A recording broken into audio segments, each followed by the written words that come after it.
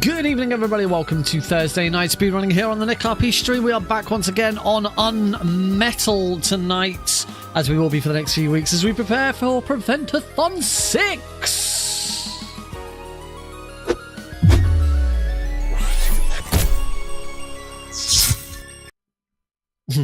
Meow. Back, cute fangies. Hello. Welcome, everybody, to tonight's stream. Hope everyone's doing good. Game, come on, game. There we go. There we go. And now the game's showing. Lovely. Lovely jubbly. All right. Yeah. So, how would Jesse Fox go about around building a bed? Well, I think Jesse Fox, if I were Jesse Fox, which I'm obviously not, because I can't do a very good Jesse Fox impression, I would tackle it by combining. I would combine wood and nails together, and that would build bed in my inventory. It's very, very simple. I don't know what that voice was, but that was not Jesse Fox. You must construct additional pylons. Actually, Jesse can combine multiple things and then combine multiple things again. So maybe there'd be a little bit more than just wood and nails. Maybe it'd be wood and nails make slats and frame makes bed and mattress makes made bed. Something like that. Yes, I built my bed today. That was something I did. Yeah. If you're just joining the stream from your usual places, you might not know where this is coming from, but my Blue Sky and Discord posts today have been I built a bed and now I'm speedrunning metal. Now I'm speedrunning on metal. Ask me anything. So yes, I built my bed today. Not this bed, not the bed that's behind me. This bed has always been here. This bed's like really old now, but it's still good because it's only a spare bed, so it doesn't get used very often. So the last week, we finally decorated mine and Heidi's bedroom. As Heidi pointed out today, now that the bed's in and it's kind of finished, it actually marks the first time in 9 years of the two of us owning property together that we have actually decorated our master bedroom. Before I lived in this house, so I've been living in this house now for about 1.5 years. Before I lived in this house, Heidi and I lived in a flat. We owned that flat for 7 years by the time we moved out of it. And we owned it. That wasn't rented. We owned that flat. And in the 7 years we were there, we never decorated our bedroom. We painted the kitchen. Oh God, that's horrendous. That's a welcome, Ryden. We decorated, we painted the kitchen. We painted the hallway, and we fully decorated the spare room, which was the room that my studio room. You might remember I used to have Marvel wallpaper behind me, and there were boxes behind me, and all of that. That was my old studio. We decorated. That was the most amount of work we did on any room in the house. So yes, in the 9 years nearly that we've been owning. In fact, no, 9 years we've been owning property, because we've just passed the anniversary of us. It was October. 9 years ago, 2016, October of 2016, where Heidi and I bought our flat together. So yes, in 9 years, it's the first time we've actually decorated our bedroom. It looks lovely. It looks nice. The bed's really good. The bed's from IKEA. I'm afraid it's been 9 years. Yeah, it looks really nice. Bed's from IKEA. It's pretty straightforward bed. It was quite easy to put together, which is nice considering some of the beds we've had in the past. But yeah, our bed, the bed that we've had whilst we've been in this house was second hand. It was a bit shit to begin with anyway, and it kept falling apart. So when it finally fell apart again, we were like, right, I'm not putting it back together again. Let's buy the new bed that we've been talking about. And I said, as we're going to buy a new bed, we're going to do the whole thing. We're going to decorate, we're going to get carpet down because we had laminated flooring in there, and we're going to get a new bed. So now room is completely transformed. Still not back to normal with everything in the house because it's only just finished. And the wallpaper on the back wall kind of needs another look at because it's a bit off. So this room still, as you can, well, if you're on the horizontal stream, you can see that there's still a load of stuff behind me. If I swap to this camera, it's a bit more obvious. There's still a load of stuff behind me on in this room, like that thing over there. Again, you can't see this on the vertical stream, but on that thing over there, that's actually Heidi's vanity mirror. That's Heidi's dressing table and vanity mirror and some drawers. So we haven't moved everything out of this room and out of off the landing and stuff like that. That's good. That's this weekend's job. But yes, we're now in a much better place for that bedroom. I'm looking forward to finishing this stream and going to bed because I then get to see, I get to be in nice new cozy bed. And I'm noticing we're dropping frames already. I don't think I can keep up. I don't think I can keep up this triple stream. I don't know what it is at the moment. Yeah, drop frames due to network. 13.9% dropped. I don't think I can keep. I don't know what it is at the moment because we've not been having much problem lately, but just recently, I don't know. I'm just like absolutely maxing out my network settings. Apparently, I have to turn everything down. I may have to. Let's I could do the usual trick at the moment is to just cancel the vertical stream and that fixes it. I do still like streaming to YouTube vertical, but yeah, this is getting out of hand. I'm gonna drop it. I'm gonna drop it temporarily and just really drop down the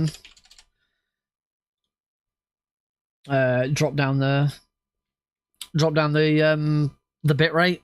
I've dropped the bit rate right down, so I don't know what that's going to do. So it's going to, at the moment it's being tested, and certain partners have access to it, but it's not been rolled out to everyone yet.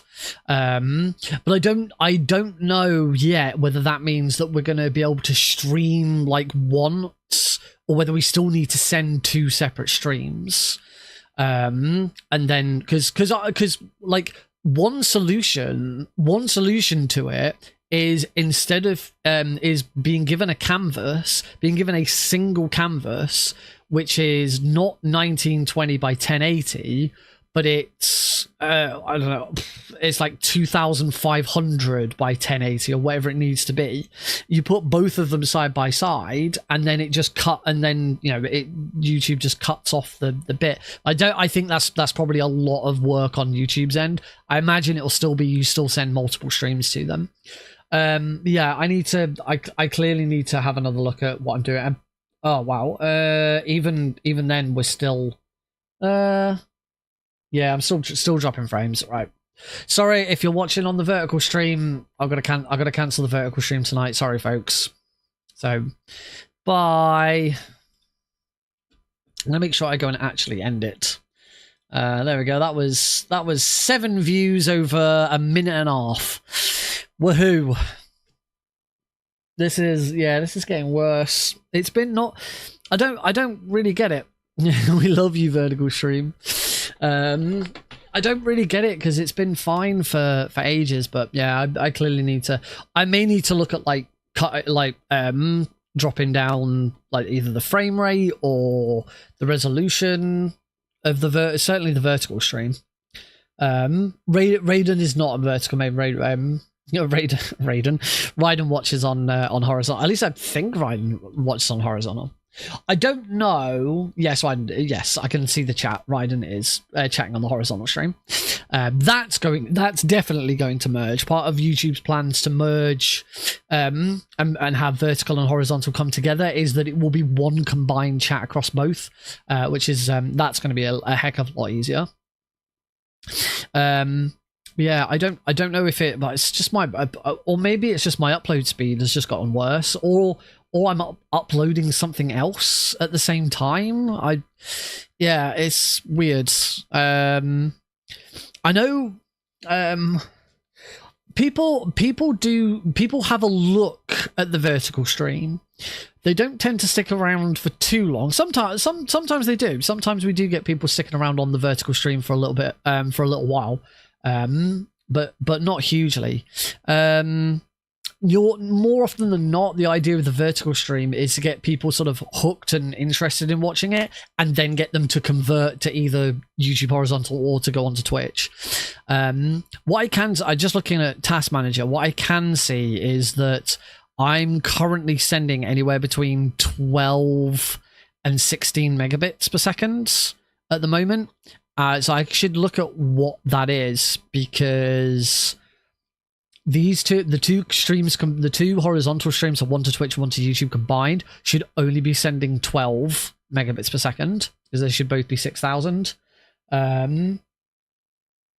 So I don't know why. I don't know why. I don't know what else is being sent.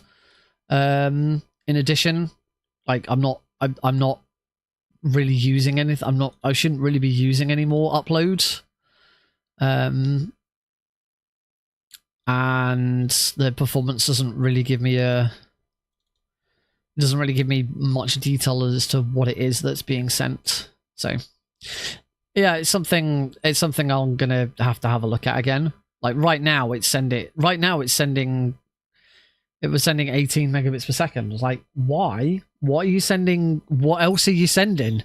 You shouldn't be sending anything else. It's very strange. I've said it before, I'll say it again, I should never have changed. I should never have changed internet provider. I should have stuck with Virgin. I shouldn't have gone to EE, because Virgin was full fiber and EE is only half fiber. So it's fiber until it gets to the box outside, in my neighborhood, and then it's the phone line.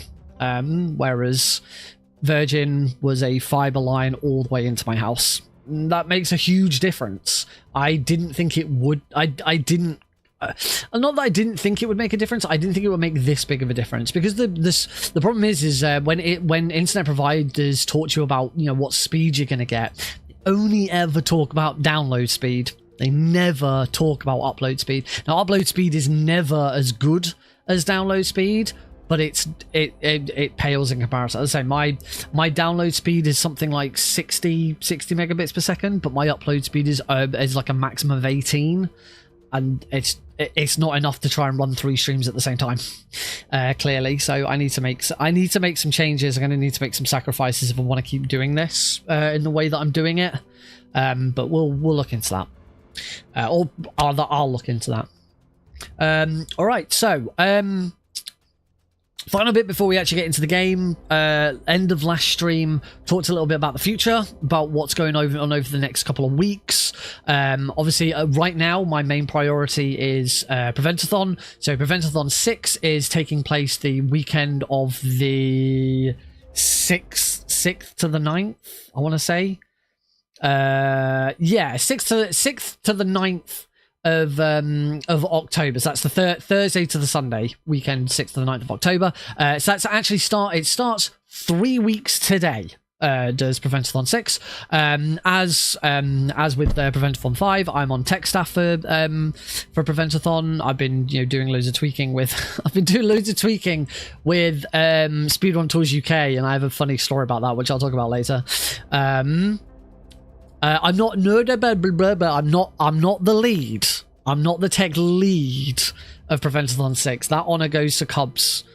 Cubs is the tech lead. It's just when it comes to the stream tech, I wouldn't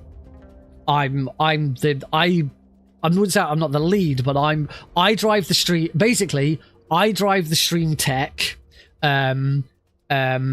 Operemu drives like the network and sort of back end tech. Cubs drives the GDQ tracker that we use, and then Cubs also kind of manages us, which is a nice place to be in. Being tech lead can be a bit stressful, and with everything else I've got, it's good. As Stuck Lord, STUK. I keep saying Stuck, and I try and avoid saying. I should try and avoid saying Stuck. It's STUK or Speedrun Tools UK, because Stuck just doesn't work. But it's what's going to stick probably. Yeah, I made some changes. We'll play a game before I talk about that a little bit more. But yeah, so we're focusing on Prevent-A-Thon. I'm running UnMetal for Prevent-A-Thon 6, which is why we're doing practice for it. Any percent hard, there will be a donation incentive to upgrade it to all achievements, so I do need to get to practicing on that as well. We'll see how today goes as to whether we move on to all achievements. But then I talked about, at the end of last stream, I talked about sort of the future and after that, because apart from GDQ, apart from me being a hotfix showrunner, which I should say I'm just about to get my first payday for that, and I can't really say what it is and how much and all of that, but it still feels a little bit unreal. It still feels a little bit unreal that I'm getting paid by Games Done Quick. It's amazing. I'm so privileged to be in this position. And it's really good, considering I've just spent a lot of money on decorating and a new bed and all of that. It's money that's really going to be helpful this side of Christmas. I'm so freaking grateful that I got chosen to be a showrunner. But outside of running the hotfix show, my main priority is Prevent-A-Thon. But after Prevent-A-Thon's done, I don't really have anything else coming up. I've shied away from getting too involved with any other events. The only thing I have done is I've submitted a run to Fast Pace for Pride, because that's coming up. It's like a revival. They haven't done an event for like 2 or 3 years, so this is sort of their revival event. I absolutely wanted to get involved with that, so I have submitted European Extreme All Keratons, MGS3, and European Extreme any percent MGS3 as well. So I may need to do some practice for that, but I may not need to do any practice if I don't get in, or I may only need to do sort of half practice because it's a run that I'm really, really good at and I don't need too much practice on it. So we talked about what I might do in the future. Whilst I do want to go back to Delta, and I've discussed the ideas of maybe learning a new Metal Gear game, probably Phantom Pain at this point. I kind of want to use the opportunity to take a step back, have a bit of fun on the stream and do something a little bit different. So what we're probably going to end up doing is doing a casual playthrough of a PS2 game that I played back in the day, loved, and have always considered that I might want to speedrun it. We played 20 questions at the end of the stream to see if folks could guess it, and Ryden's wig, after some good guesses, did manage to narrow it down. It's back on my shelf again, so I'm not going to go and get it. But yeah, we're probably going to play through and then see if I want to speedrun James Bond Everything or Nothing. It's my favorite James Bond game. It's an absolutely it's one of the, it's according to a ranking list that I watched on YouTube the other day, which inspired me to look at it again. They ranked it second across every single Bond game. You don't need me to tell you what the number one ranked James Bond video game is. It's pretty freaking obvious. But Everything or Nothing is fantastic. It's a game I absolutely loved as a kid. I fully completed it. I think I 100%ed it at least twice, because there's so much stuff to do in it. There's so much content, and you got the Bond moments to try and figure out like their little puzzles and things like that. It's a fantastic game, and we're sort of getting ready for 2026's release of 007 First Light, which looks amazing. I cannot wait to give that game a go. It's being made by the makers of the Hitman World of Assassination trilogy, which I just think is the perfect pairing. I cannot think of a better studio to make a James Bond game than the team behind World of Assassination, because it's just such a good pairing. I think it's going to be fantastic. From what we've seen so far, it looks really, really good. So yeah, we might sort of go into a little bit of a James Bond era for a bit, which is going to be nice. There will still be Metal Gear as well on the side, because of course I'm not gonna stop doing Metal Gear Solid. But yeah, it'll be nice to, certainly I'm looking forward to just the casual playthrough again, because I don't do casual playthroughs on the stream very often. The last casual playthrough I did was Metal Gear Solid 3 Delta, Metal Gear Solid Delta when it came out. Before that, what was the last casual playthrough I did on stream before Delta? I got a clue. No, it would have been Donkey Kong Country, because I tried to learn the speedrun for Donkey Kong Country, and we did a casual playthrough of it first. So yeah, it was probably Donkey Kong Country. And then the speedrun was like insanely difficult, and I gave up after one stream because I just wasn't having any fun with it. So yeah, that's sort of the future. If you've got thoughts on that, if you want to throw, if you've got ideas or you want to comment on it, there is we were talking about it in the speedrun chat section of my Discord server, so head on over to the Discord server if you want to chat a little bit more about it. But in the meantime, let's get on with getting some practice. Hopefully, we only got 2 runs in last stream. I'd like to try and get 3 runs in. But if the first run or the first couple of runs go really well, we might already start having a look at all achievements as well. Alrighty. So here we go. First thing that I always have to do is I always have to run chapter 4. Thank you, Snake. And we'll get a reset as well. Whoops. We always have to run chapter 4 straight away, load my chapter 4 save, because loading the chapter 4 save will give me my minefield back. If you just start a brand new game when you first load, hello Deagle, welcome to the stream. You point a weapon at your own brother? If you just start I moved up a bit too quick. If you just start a fresh game immediately upon starting the game, and when I say starting the game, I mean like booting it up for the first time, then you'll get given a random minefield when you reach chapter 4. But if you load your save, you will get the same minefield that you had in that save. So I've had the same minefield since forever, basically. And actually, whilst I'm here, before we go into the full game, I am going to do a quick run around the jungle, because one thing that I really struggled with on Tuesday was remembering the jungle routes. Go onto that screen. So for those who've never played this game before, there's going to be a maze that comes up. What we're supposed to do in a casual playthrough, what you would normally do, is you create yourself a compass. We find a compass on the dead body that's here. We have to trick a bird into giving us. In fact, I'll do it. So we check the body. We get given this compass, but it's not got a needle in it. So then we try and build it with the rusty wire that we've got. What was the diameter of the compass, Mr. Fox? Around 2 inches. And how long was the rusty wire? I've not got. I've got the. This was a setting so that the dialogue doesn't automatically move along. I should change some of the settings that I've got actually. 6 or 7 inches. Wasn't it a little too long to place it inside the compass? I'm stupid, but not that stupid. I just used a small piece of the rusty wire, not the whole thing.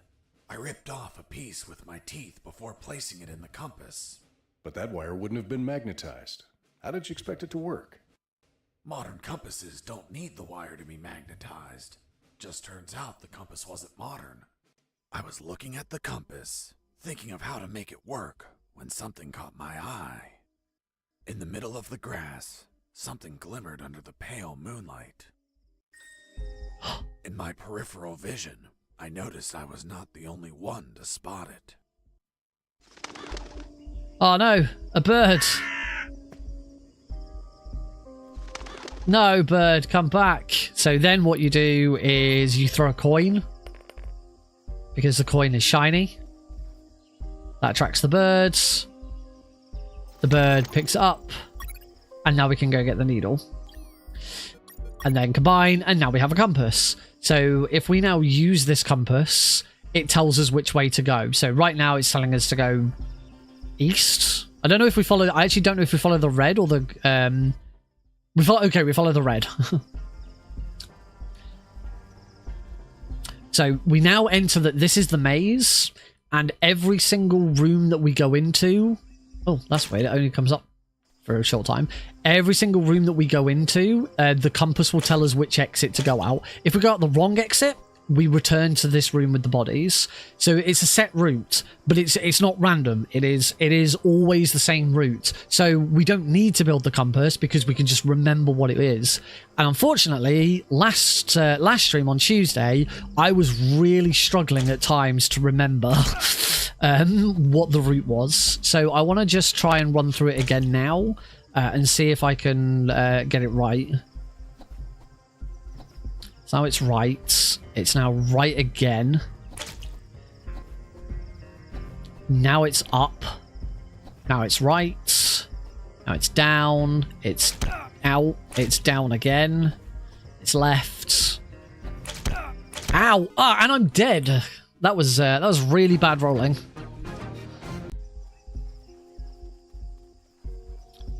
Right, so down, down, down. Right, so I'm going to try and run through it a bit quicker this time. So left, left, down, down, right, up, right, right, up, right, down. Oh. Left, left, down. There we go. Okay, I think I'm good. I think I'm good now. And that's the end of the maze.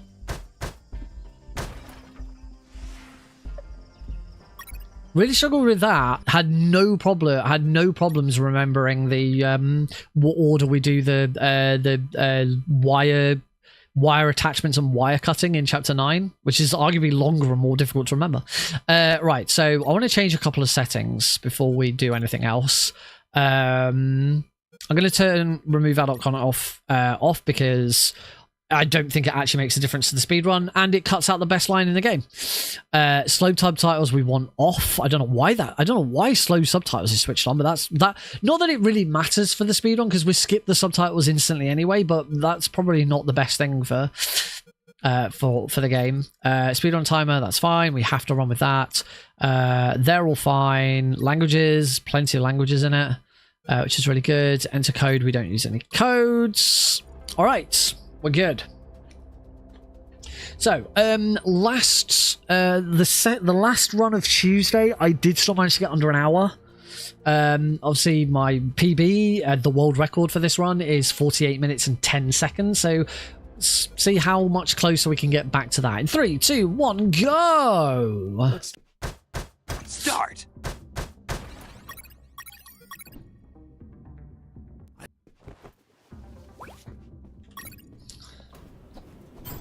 That's already that's already flowing a little bit better. There was one guard on patrol. Dodges shot. Thanks, cute fangies.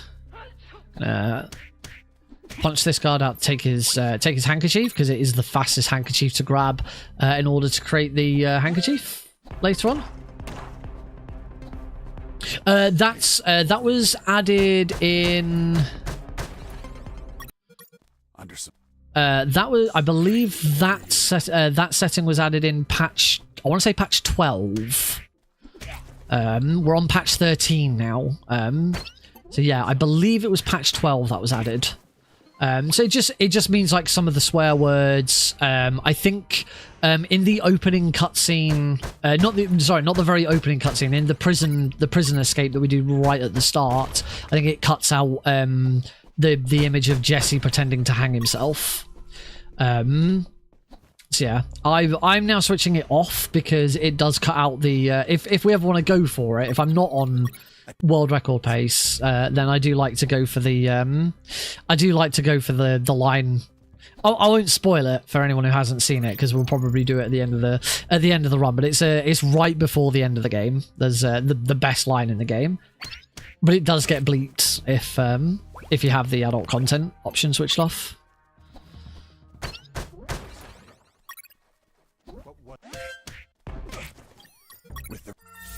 There you go. Should be fine. Then kick him that way so we don't move over to there too far. Oh, grab the eye patch. Nice. A bit of extra XP. Not all XP is guaranteed in this run. Lovely. Let's grab these uranium balls as well. Create a lethal weapon. Nice, a bit more XP.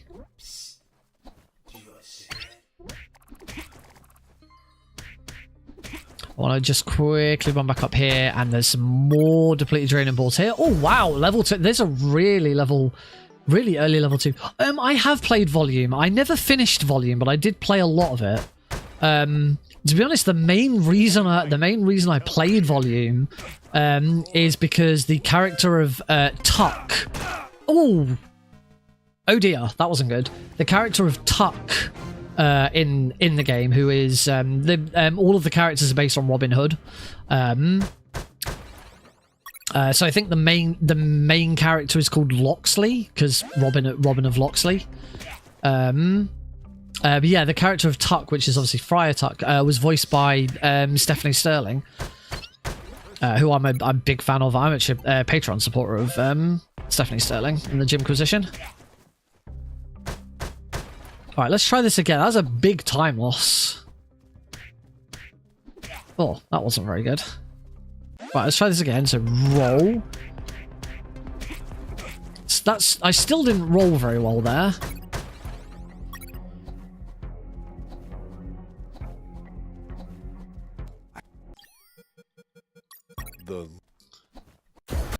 Oh, forgot to load and get all my health back. Yeah, it's it was a really interesting cast. The I still don't have my. What? Oh, I then loaded, didn't I? That's why. Ow. Oh, I am not doing very well. Oh. There we go.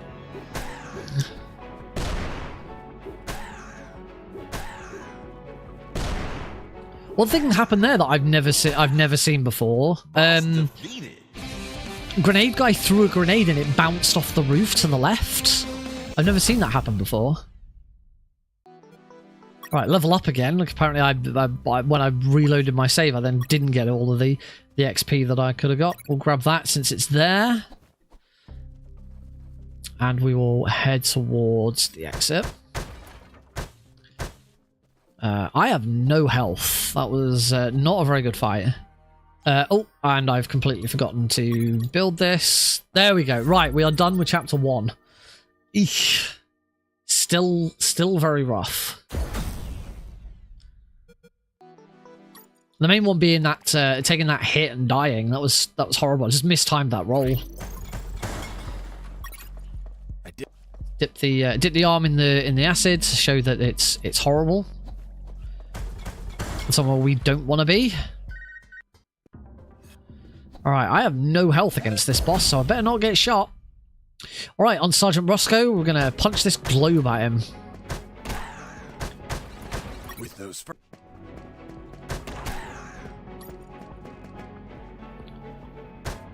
Ah! You're pissing me off. Trying to heal in the middle of the fight. Oh.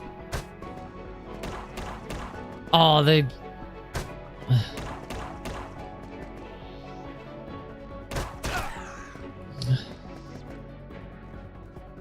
Oh, this is going... They... Oh. Damn you. Boss Yeah. One issue with that fight is if it starts to go a little haywire, as it did there, Roscoe's positioning changes and you can't always get the globe in the right position. If that fight goes perfectly, you'll never have a problem with where the globe lands, and you can always hit him with it. But yeah, again, clearly I'm just not... It's taken me a little longer to get back into this than I thought it would. I want to load that save there. Loading that save resets this room, so there's some piranha monsters that are going to that pop up in there. So by loading, it resets when they come up. Next, we've got dog skip, one of the first skips that was ever found for this game. It's going to get the dog to come all the way over here, and then as it runs away, we can roll around it. Ooh, not... I did want one more roll at the end there. Wait for this guy to come over. Punch, punch, punch. Go talk to Roberts. We'll search him on the way back. I think I should be fine. I don't think I'm going to bleed out. Oh, not unless I take forever doing anything.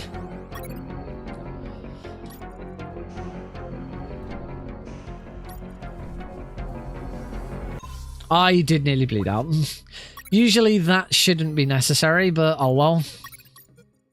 After. Go give that radio to Robert. We'll load that save so I immediately get my health back.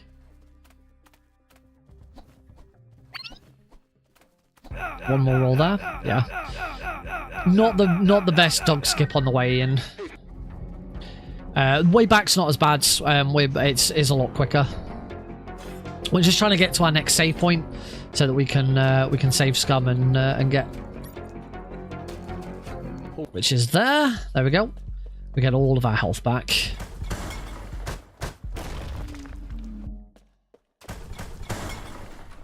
Oh, grab some stamina.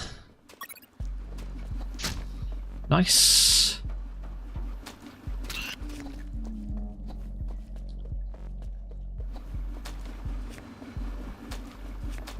Oh, nice. That's a really nice.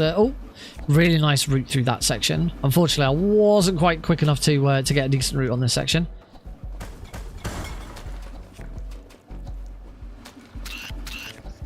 But that whole section's been pretty smooth.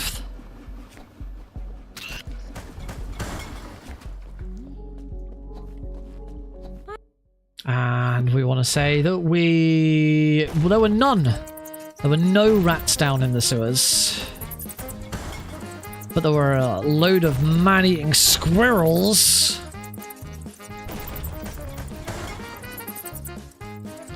Do you need to try and start getting ready for like asking the audience or asking the host which options they want me to take for some of this stuff?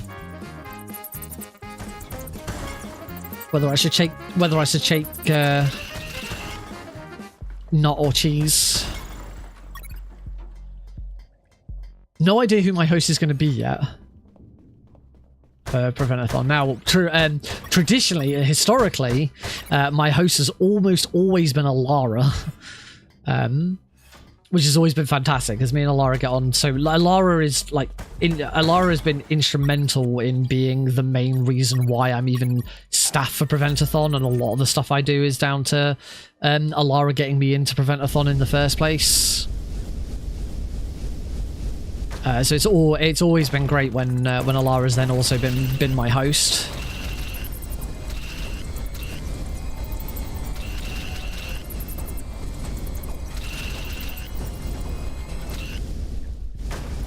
Oof. That's I was getting pretty close with the flamethrower dying there.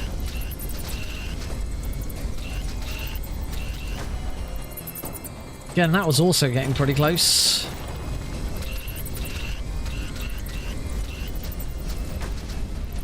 I'm going to throw one behind me there because I'm getting a little risky. I'm going to throw one up there.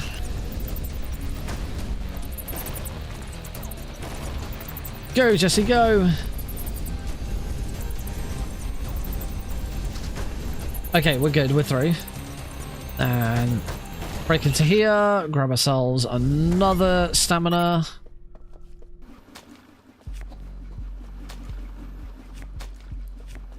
Not going to grab the health pack that's there. I don't think I need it. I think I've got plenty. All right, we move into the the third boss, Sewer Junk. One of the harder bosses in the game. Do one more little tick of damage there. I think that was probably enough damage to immediately put him into the next phase. 6 tentacles, because it's the only option that actually gives you the number of tentacles that you've selected.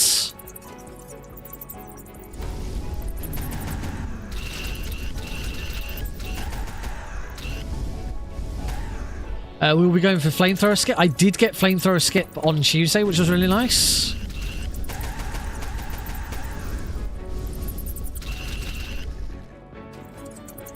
Oh, he's not being particularly nice with his positioning.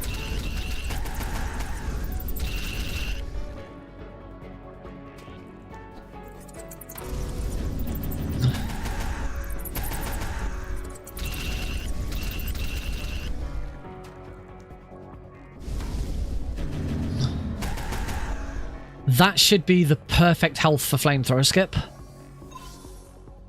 I just don't have a lot. I don't have a lot of health. It's going to be difficult to tank it. Flamethrower skip. Beautiful. Oh, that was great.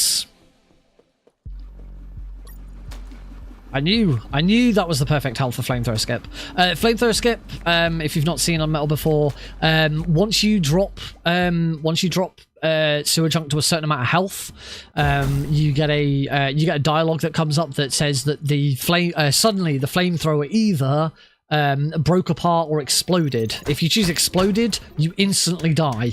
But if you choose break apart, the flamethrower breaks, and you have to finish the fight with no flamethrower. So you just either punch it, or you try and take it out with the slingshot. You can do that as well. But what flamethrower skip is you get to you get it down to the basically the minimum amount of health it can have before it triggers that dialogue. So yeah, minimum health before it triggers that dialogue, and then in the very next phase, kill it.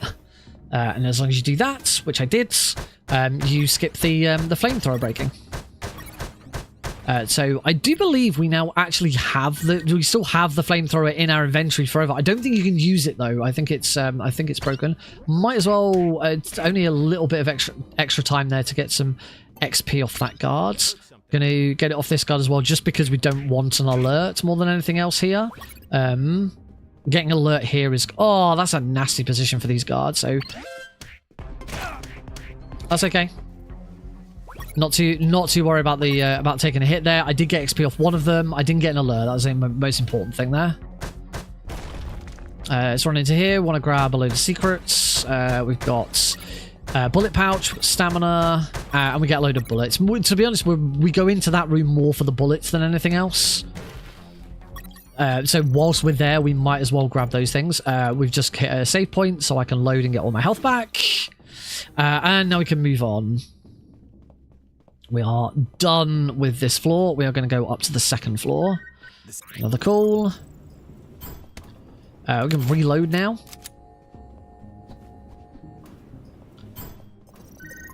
Another call. And make our way to the next boss, which is Megadron. Not Megadrone, Megadron. I have no idea if Megadron is an intentional spelling error or not. Could be. There you go, Megadron.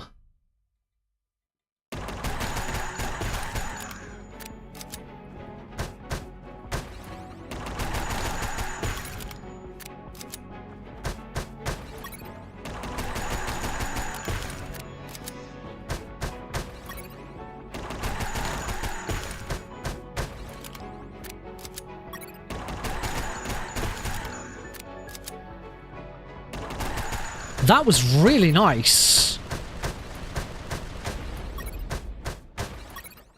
Whoa, that was only... That boss fight was only a third of a second behind my best.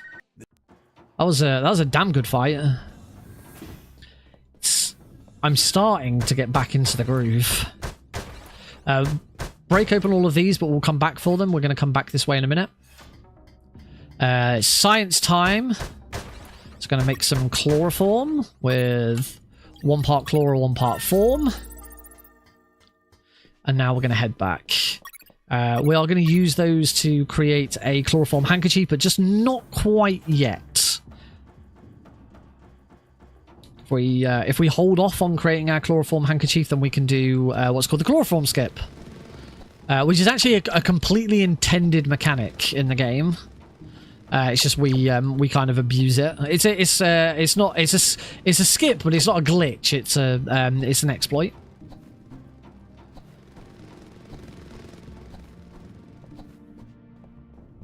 Right, up to the next floor. We want to equip the thermal suits. Thermal suit makes us invisible to infrared lasers, and there's going to be a bunch of infrared lasers in these next few rooms. You can see it right there. We can't wear the suit and punch at the same time. We have to take the suit off if we want to punch anything, because it's fragile. It's basically it's an infrared suit, but it's basically made of tinfoil.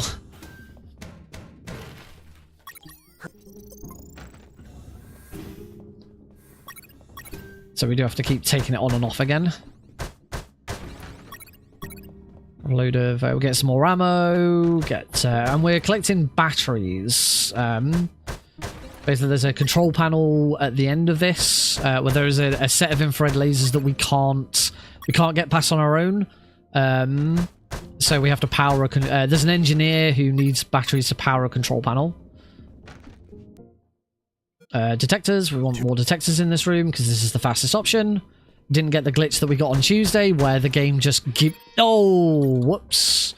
We didn't get the glitch that we got on Tuesday where the game just gives you guard. It still gives you the option, still lets you pick which option you want, but it just automatically gives you guards instantly.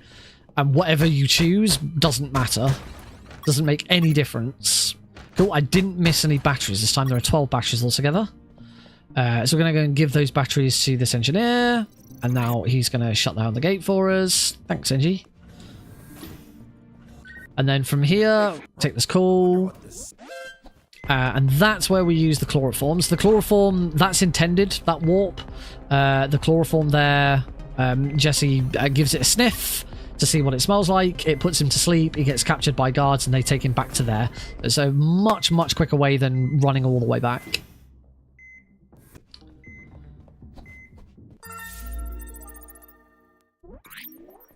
I have to hide. Reload whilst we're hiding, because I forgot to reload on the elevator. Head inside, make sure she's alright. She's fine, because we don't... we skip a cutscene there, because we don't have any... take out one guard. I shot it. I need to take out Marcuson. You're a tough little... Yeah, alright. So we need to reload. Nice. Not too bad a fight.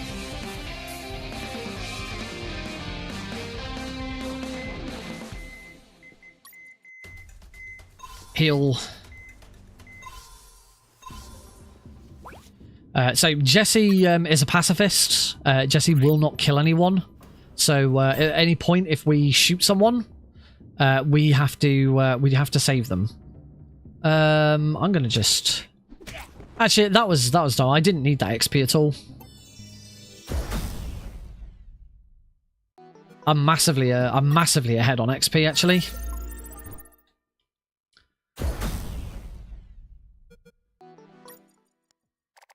So because of that, from here we can go straight to the right. We don't have to worry about the guards at the bottom. As I say, we're massively ahead of XP right now. I say massively ahead. That guard would have got me level 4, and that's perfect. That's where you want to be. Oh, too far to the left. Alright. Oh, well, the advantage of getting that XP there is if you do die in the minefield, it now means I don't have to redo the level up every time. There we go, that's better. That's the worst of it. Because we get a save there, and... oh, don't get hit by the fly. And that is the easiest minefield in the world. Alright, so we get a bit of a break now as we just run through the jungle.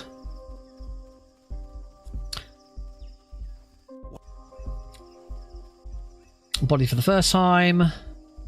So we're going to find this body 3 times. But rather than run round and round in circles, we're just going to move to the furthest screen away and then run back, so that we don't have to run across that furthest screen. We just jump onto it and jump back again, and that triggers the next bit of dialogue. So again, do exactly the same here. Run up to here, onto that screen, off again, and go back. And there we go. Now we can go for a nice run through the jungle and hopefully don't get lost. Did plenty of practice just before we started the run, so I should know exactly which way I'm going. So it's left. It's left again. It's down. Right. Oh, right. Up. Right twice here. Make sure I dodge all of that. Up here. Right, then down.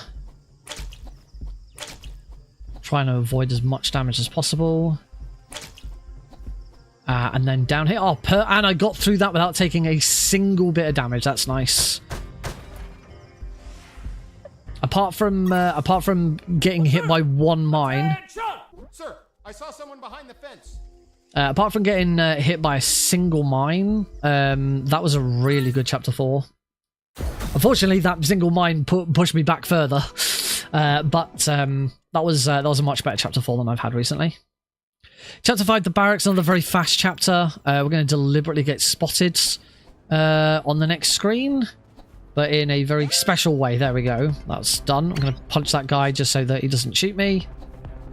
Very, very important the way I got spotted there. I'm going to punch that guy again just so that I can get past him without being shot. Again, just for safety. We can roll past that guy and he doesn't do anything.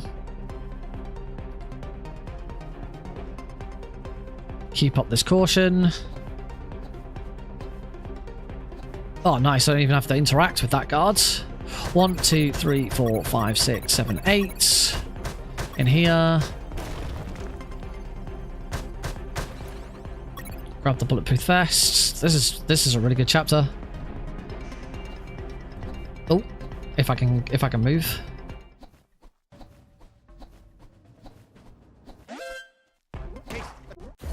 Cool. Onto Machine Mike.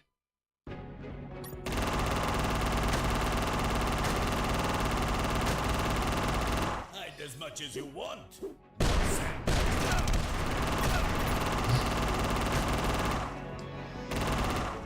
He does that.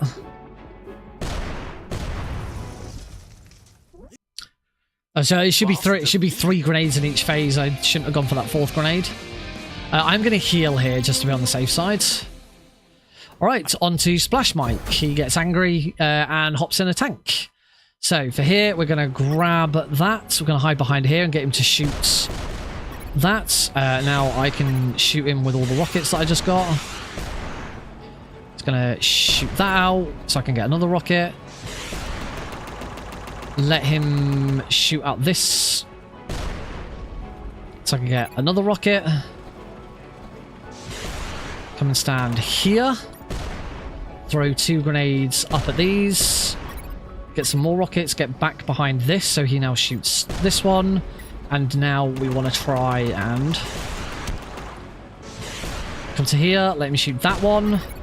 Grab these 3. Shoot. Kill. Grab the final 2 rockets. Beautiful. Absolutely spot on. That is... from what I recall, that is the best. That was just a little over 1 second behind my best. That is the optimal route for that fight. Partly because it now means I still have 3 grenades, but most importantly, I have 2 rockets. So that finishes the fight with 2 rockets still, which may the very next boss that we're gonna need rockets for is Nuke Sub. It means I don't need to try and get any rockets before the fight. So speeds up the next chapter a little. Speeds up chapter 7 a little bit. Stops me from having to go underground to get anything.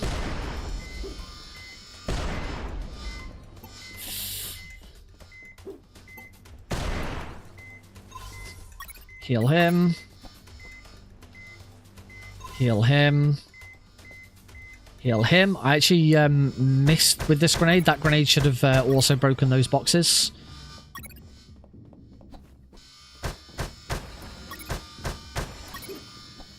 Right, throw grenades at these guys. Again, as I said before, Jesse's a pacifist. He will not kill anyone.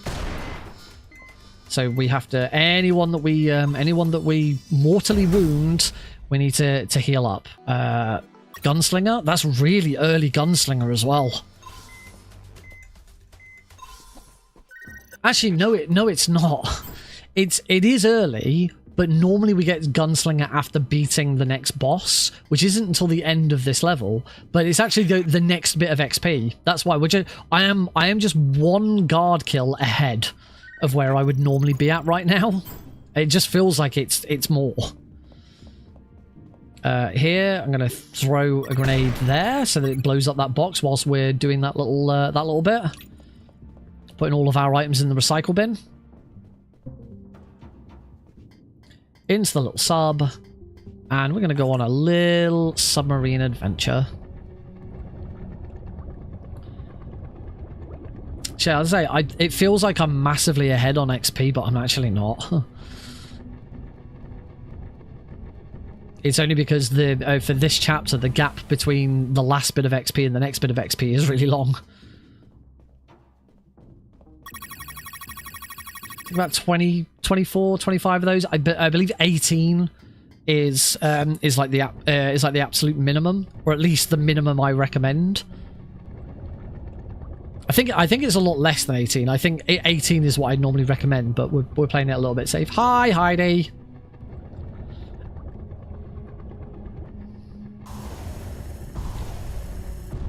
Ooh, let's not get hit by one of those mines. Gonna thread the needle here a little bit. Good shot. I am gonna grab the this is one secret that I quite often one bit of stamina I quite often ignore. But again, I'm still getting back into the swing of this run. And after what I have been taking and seeing how low my health goes with one of the bosses later on, yeah, I need to be taking every secret that I'm currently getting. You kind of, to be honest, you kind of have to get these secrets just because of. Well, hey, bum bum bum bum bum bum bum bum bum bum. A message from HeidiHehe300 who has now subscribed on Twitch for 80 months. Whoop whoop. Whoop whoop. Okay, you can't on this difficulty you can't fire a missile at QGL straight away.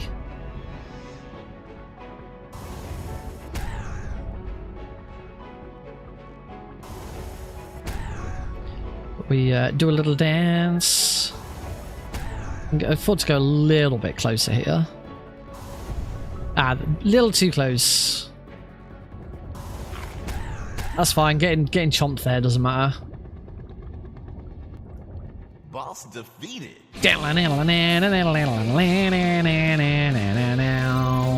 So that is usually the point I'd hit level 5. I do recall when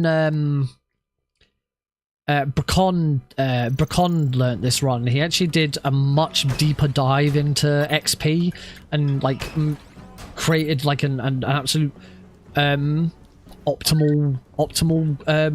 guide for how much XP you should have. Right here, we just need to wait for the boat here. You cannot open this before the boat comes. Because if you do, and the boat then comes, you die. On hard, on other difficulties you're fine.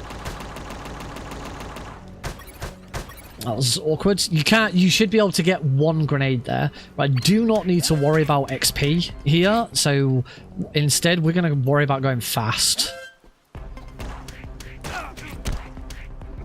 Don't need to worry about the damage there. We're going to get a save point shortly, so we can... I'm going to be able to...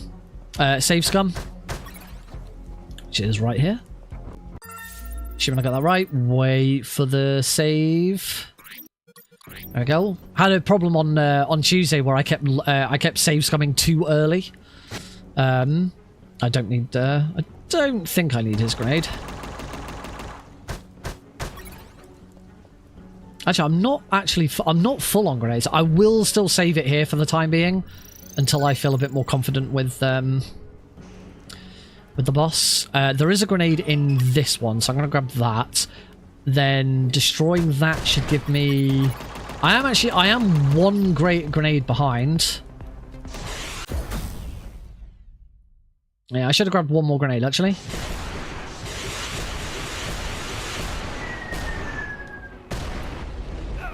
Ow.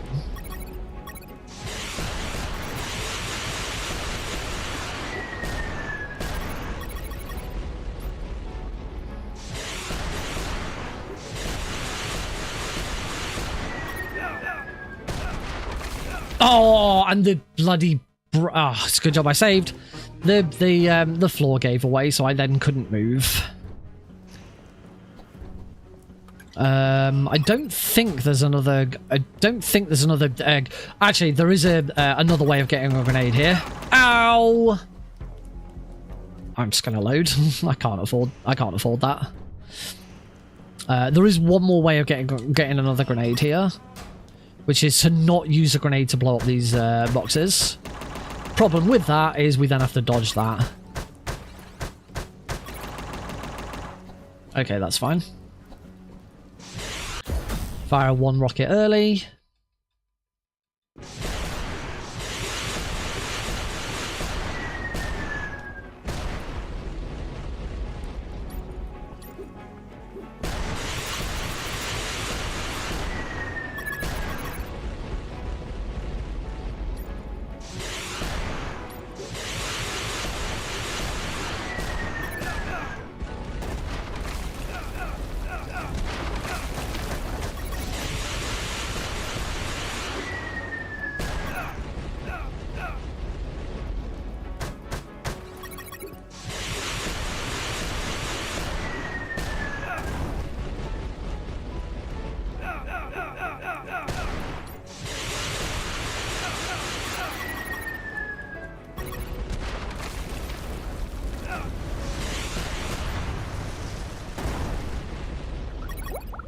Okay, not my best nuke sub, but I have.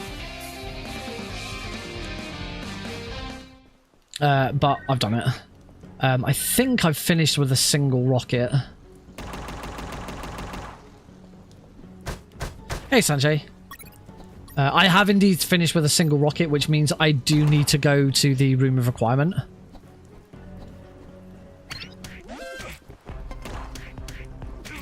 Okay, don't really need to worry about XP here.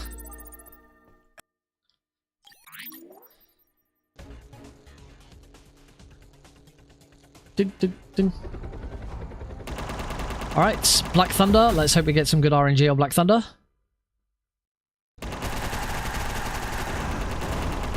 Not very I was about to say not very promising, but that was actually a really good turn. Oh, okay, that was actually quite good RNG on Black Thunder. Boss defeated. Not my best, but yeah, that fight is completely RNG based. Okay. We're going to get much closer to 50 minutes this run by the looks of things. Still a way to go. I do need to find an opportunity to heal at some point in this run. Alright, we get another chilled out level here. Not a lot happens here. We're going to save a load that we do there to reset the cameras in the base. And we get given the... Oh, let's remember to use those. So with that load, every single camera position is now going to have reset. So I should immediately get a nice fast route going through all of these cameras. Grab the rope, go under the camera there, round here, wait for this camera. It turns and goes that way. And that one's turned into here. Grab 1, 2, 3, 2, 3. Oh. Those. Create some scarecrows. We also want our rag. Chloroform handkerchief. RNG of Doom. It is complete RNG as to whether that guard turns to look at you on your way past. And if he does, can be a big time loss and it's horrible. Get that secret, why not? Level up, take lethal weapon. That's level 6. We need to be level 6 before the end of the game. 3, 4, 5, 6, 7, 8, 9, 10, 11. We can carry a maximum of 12, but I only need 11 because we're going to get... a bunch more. Whoops. I forgot to throw one at that. Oh, bomb. Okay, that's a big time loss, unfortunately. Might as well heal then. I've just forgot to throw a electromagnetic grenade at the camera. So this is going to slow this down a little bit. But now, no, what? Oh, I just moved slightly too far over.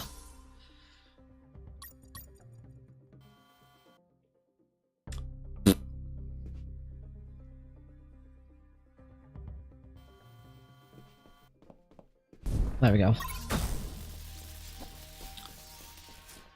Luckily, we can still get past that one. I don't. That's it. Those are the only moving cameras we have to get past. The rest of them are all static. We want to go into the secret room here to, because this is why we only grab 11. Because now we're back at 12, and there's stamina there.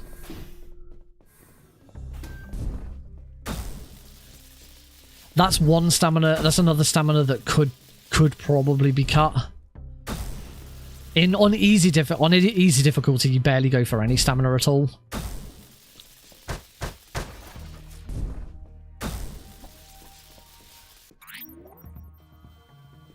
And here we can just clip that camera with that.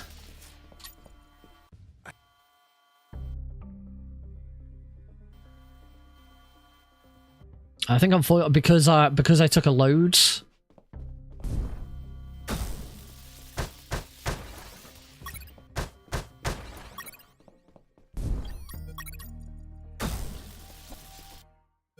pizza, pepperoni.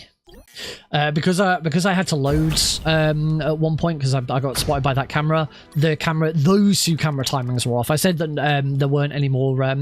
There were only static cameras left. I was wrong. There's that one as well. That one makes a big difference. There we go. Cut the power to the alarms, so we cannot get spotted by the alarms here. Oh, Scandinavians, do not take exterminators. Send backup. Ongoing argument I've always had with Metal Gear Solid. Metal Gear Solid always takes exterminators, and I never understand why.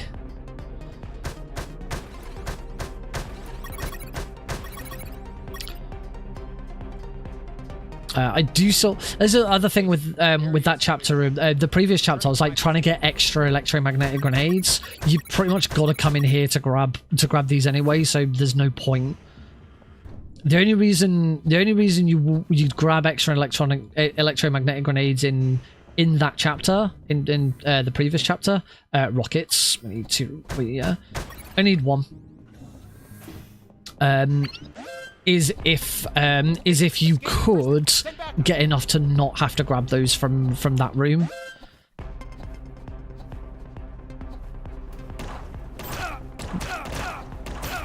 Oh, that was nasty. It doesn't matter that I've been shot loads. There is a save scum right here. But I think one more shot and I would have actually just been dead. Summarize. Now we don't need to heal this guy. And you know what? Just for safety, because I've only got one health kit at the moment, I'm going to grab a spare one. We want the potty, and we want our electromagnetic grenades out. We're going to use that potty, and then equip the blood bag, which I do actually have on a keyboard shortcut. This is one of the reasons for grabbing so many staminas throughout the run. It makes this a little bit safer. Use the blood bag to refill to full health. Got it. Nice. Good red room. That's not too bad RNG on that camera positioning. I will still grab the electromagnetic grenades here. You don't need to, but it means I shouldn't need to grab any more later. I'm on 3 health. I really didn't need to grab that health kit. I heard something. There we go. That guard there, I didn't need his XP. I just didn't want. I didn't need his XP. I just didn't want to get. Just didn't want to get an alert. Oh, wait.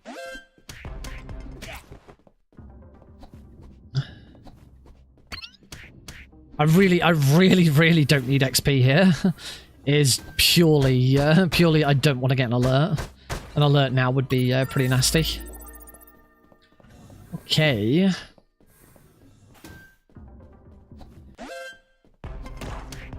You never get an alert off that guard. I think that guard's got a grenade on him. How many grenades have I got? I'm on full grenades anyway, so that's fine. Gonna heal up. Straight up to the roof. So I'm on full grenades. I will need to break one lot of we'll need to get one lot of electromagnetic grenades. Oh.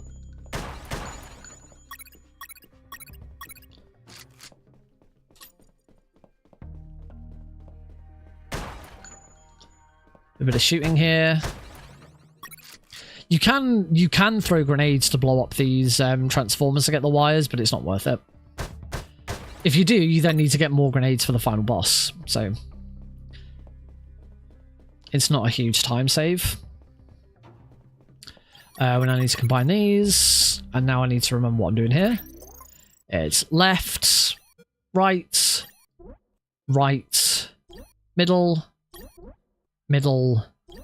left, and then clamp, left, right, middle. There we go, done. Always the same. There is a schematic that tells you how to do it. Which the room where we grabbed the key card, there was another door to the right of that. It's that one. But we don't need it because it's always the same. We just remember what it is. And it's actually a very easy combination to remember. because it's the same. It's the same thing. It's the same like order.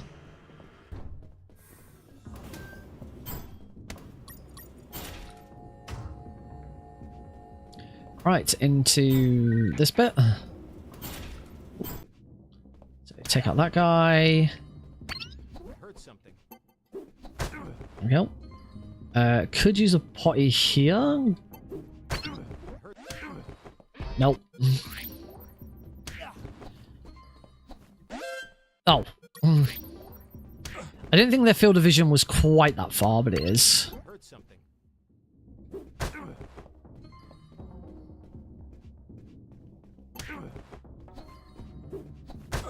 That's good. Cool from here. Just wait for him to look. Oh, that was close. Nice. That's good. Potty here. Oh, not the best comment. Okay, this isn't bad. I could have got a coin out to help here, but we've just got to wait for this guard. He's going to turn around. Turn around then. There we go. Punch him out. And now I do want to try and... Cool. That's good. And then I don't have any more potties, so we're just going to pop to the loo here. Just in case. Because this is Takuma Takagashi. It's a very quick fight, but if I make any mistake at all, I'll just die. Boss defeated. Oh, and the Heidi skip, or the Heidi load, sorry. You can see just how much health I'm on. That is why we take so much health throughout this run. That is why we grab all of the stamina that we do during this run, so that I can tank that boss fight. So yeah, I'm pretty sure at this point, you might be able to drop 1 stamina, but you'd have to be pretty fast. But having more stamina also makes the red room safer.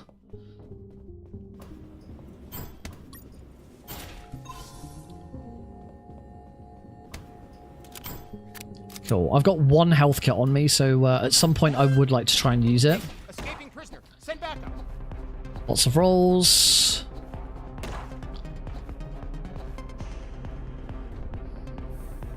We want to go into the final boss with 0 health kits.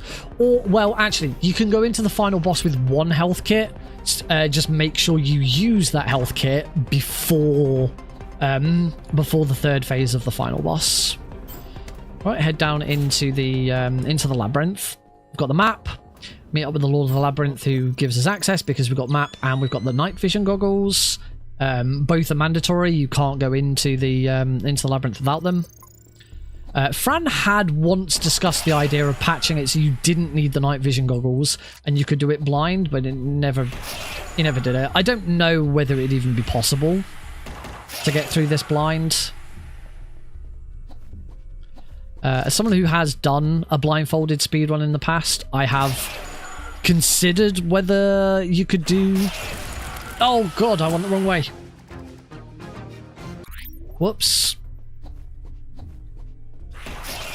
Whether you could do... Wow, I've only just noticed I am 1 XP off level 7. I am... Yeah, I have...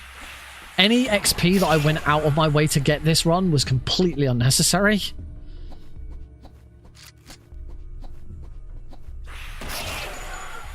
That's good, I got hit by a ghost. Okay, this is the correct route.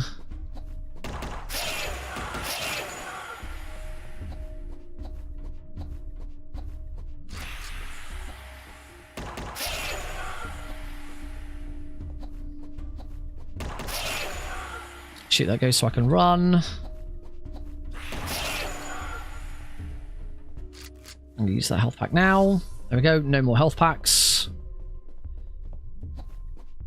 Which is what we want. Shoot those ghosts. Run over here. Used to die to that ghost a lot.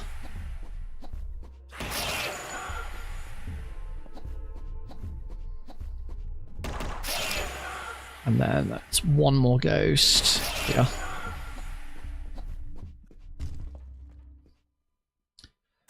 Cool. Chapter 9 complete. That is the longest chapter in the game. Under 10. I completed chapter 9 in under 10 minutes though, so that's not bad. Certainly better than I have had. I'm getting there. I'm kind of back in. I'm obviously not on world record pace, but I'm certainly back to. I know what I'm doing, and a lot of the muscle memory has come back. There's just a few mistakes here and there, which are costing me quite a bit of time. But yeah, I am already from here. Just yeah, I've got 2 more weeks of, or 3 more weeks actually of practice of this. I'm going to be absolutely fine. For this category, at least. Still got to worry about all achievements as well.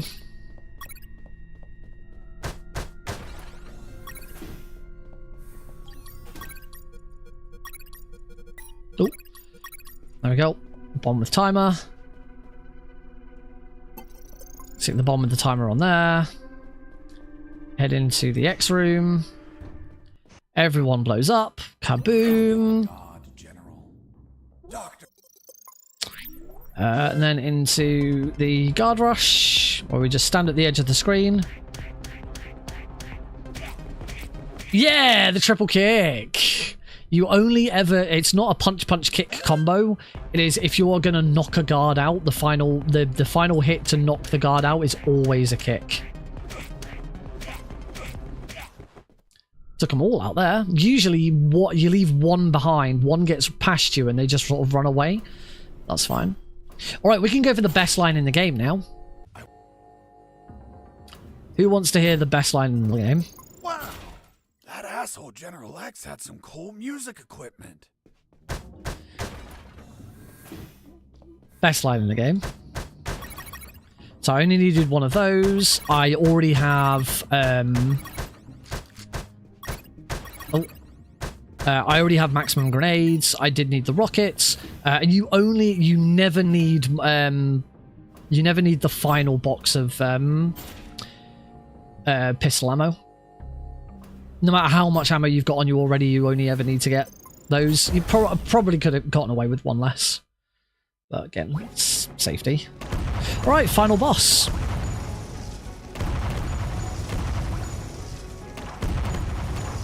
Ooh. Oh. Oh, I'm letting it get out of hand.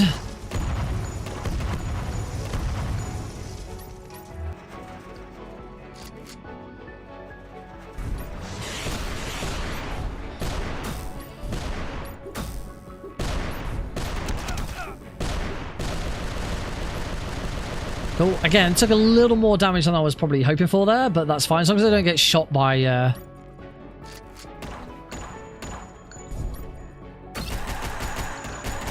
And a single cycle fight. That was a damn good final boss. To only 2 seconds behind my best. There we go. 51.59. Whoa, 51.59. Less than a second under 52 minutes. That's much better. This is so much better already. You can see there the times for every single level. The time on the right is, at least on this save file, my fastest run of each level. And yeah, they are much tighter. Stage 5 in particular was 2 seconds behind my best. Stage 10, 4 seconds behind my best. So this is already a much improved run. I feel a lot more confident about this now. I think we should probably do one more any % run, and then maybe have a look at all achievements, because all achievements is a bit tricky. It's a bit fun. It's a bit silly. But it has a very the thing with all achievements is it has a very optimized route. There we go, and that's the game. So for all achievements, all achievements is you get all of these achievements, but there is no achievement for getting every single level perfect, and there's no achievement for getting every single bit of XP. There is an achievement for getting level 10, and I think there's something like 13 extra XP in the game. And And then there is the achievement here for getting getting maximum experience on 5 levels. So those two combined means that you do need to do some levels perfectly, but not all of them. So there's a very, very specific route that we take. It means we can still do minefield skip in chapter 4, which is the biggest skip in the game. And there's other, like chapter 5, you don't have to go through quite as slow. I might not do all achievements today because I'm gonna need to rewatch my some of my all achievements world record to see where in the route. I did read the route again because it's all written up on the UnMetal speedrunning wiki. I did read through the route again, but I can't. We might have a look. I don't know. Right now, I could really do with a P, so we're gonna take a break. When we come back, we will do another any % hard run. I'd like to try and get this. Ideally, I'd like to try and get this back to under an hour. And certainly see that 3-minute 48 time loss drop down to like less than 2 minutes. So yeah, don't go anywhere, folks. We'll be back with a second run of, this is my best run. This is the best game I ever speedrun. When I'm on this, it will be good. Promise.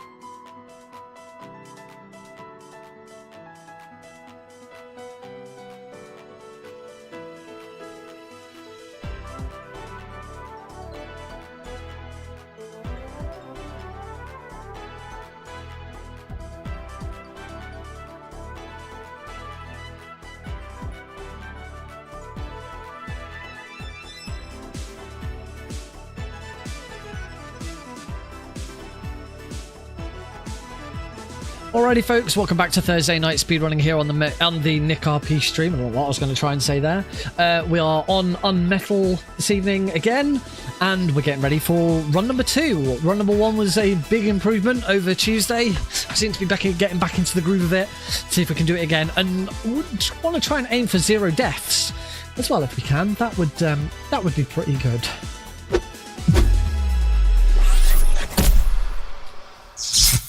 Welcome back, folks.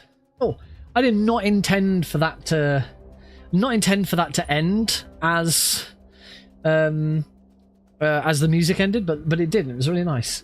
I had a little bit of an influx of new followers to the Twitch channel lately, and as you can see by the follower goal, we're very, very close to the next goal marker. We're 5 followers away from 1,250 followers, which is obviously sort of a quarter of the way towards 2,000. That's not right. It's not a quarter of the way towards 2,000. It is 5/8 of the way towards 2,000.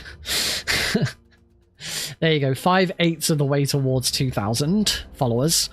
Yeah, probably not the best target, but oh well, it's there.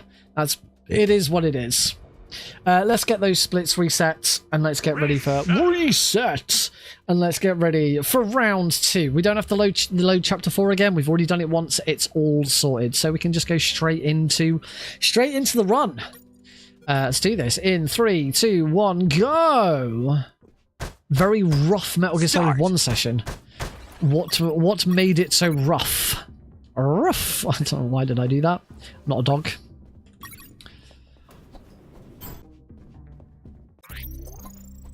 All right, off we go. Almost got world record twice. Oh, which category are you trying to get world record on? Escape. Any percent PC extreme, nice. It is a fickle thing.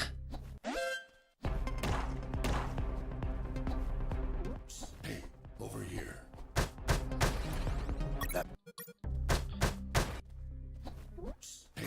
Okay, that's but I'm starting to sort of get my muscle memory back a bit. Punch there. There we go. Punch in early there to start bringing that guard over a lot earlier.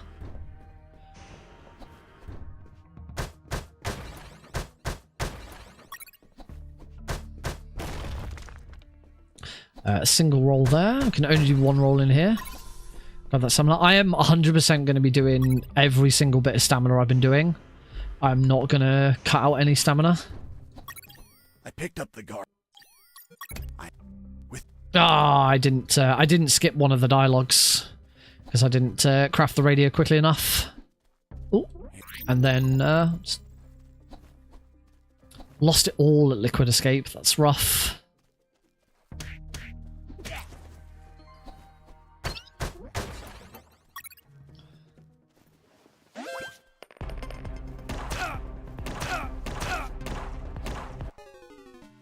Whoops, that was not good. I'm gonna reset. I'm gonna reset on that. Ran it back and was on a better pace, but crashed at Liquid Co. Oh, I've never seen that crash before. That's harsh. Start. So start again. That was too early in the run to be making that kind of mistake. I did say I'd like to try and have a run where I don't take a death. And taking a death in chapter 1 is not ideal. Escaping.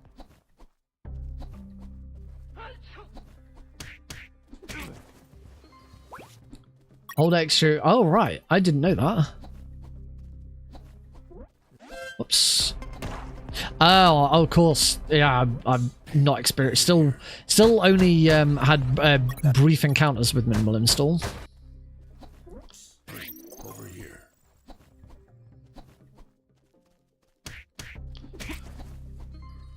I heard something. That's better.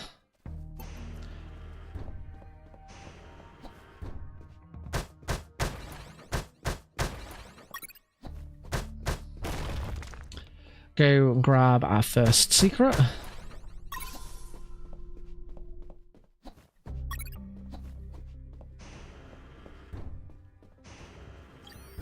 Oh. I didn't quite have everything ready there. Need to really get back onto item hotkeys and having those prepared.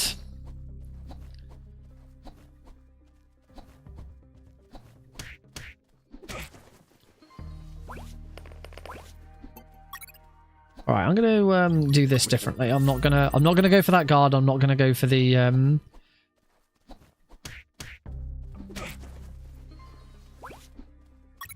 not gonna go for the extra depleted uranium balls. That's what I'm trying to say. So let's kick him over there, so I don't have to go as far over to grab that.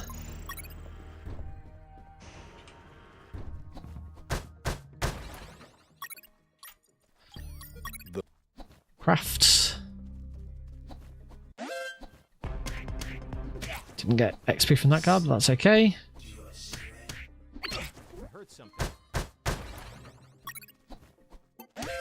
Oh, didn't get XP from that guard either. That's not as nice, but oh well.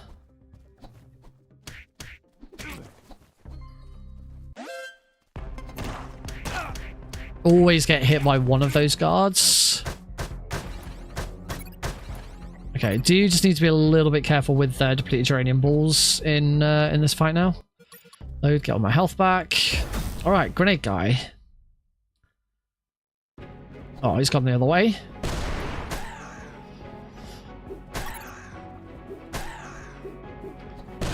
Ow.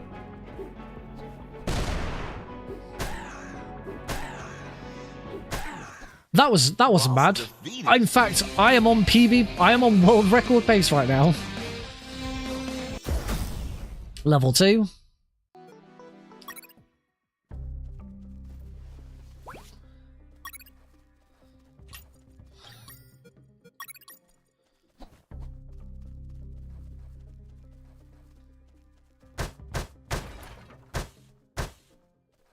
I don't know if that will. I don't know if I'll be able to keep that up. No, apparently not. Oh! No, I'm now a second behind. But that's a much better chapter 1. Back to sort of consistency than I was at before.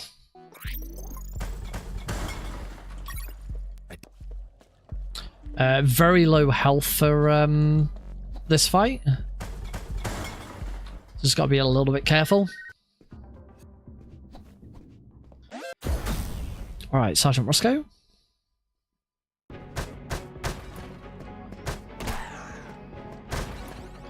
That's better.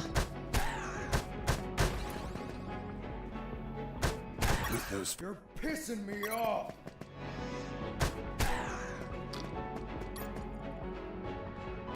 Damn you. This is already a lot better. Sergeant Roscoe is actually a fight that is faster on hard than it is on easy. Needs a heal here. He stays down longer on easy to give you more of a chance to get ready to dodge. So yeah, another good example of a fight that is faster on a harder difficulty. Doesn't matter that I got a bit there because we are going to be loading there anyway.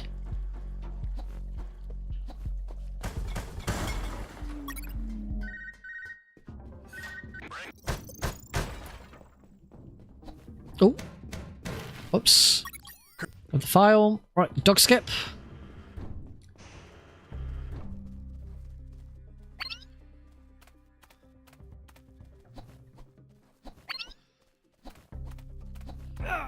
Wow, nice. That's a really nice dog skip. Make sure we talk to Robert. That guard's in a really awkward spot, so I will try and take him out and get his stuff after we've been in here.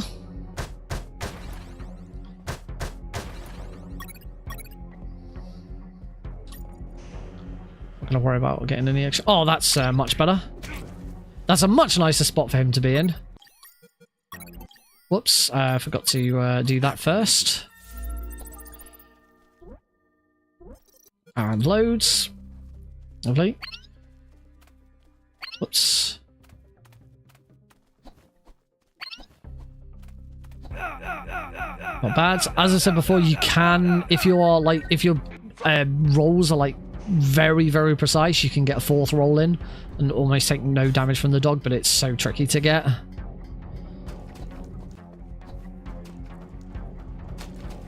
There we go. Gonna get our next stamina.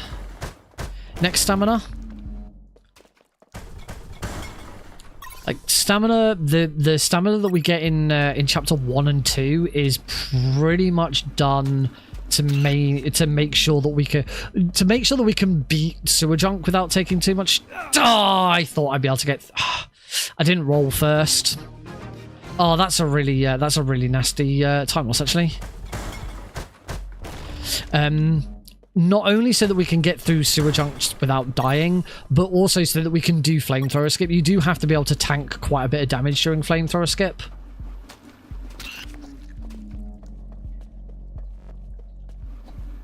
There you go. You have to do a roll there to... Oh! You have to do a roll there to get through that, that sequence like that. That's why I died.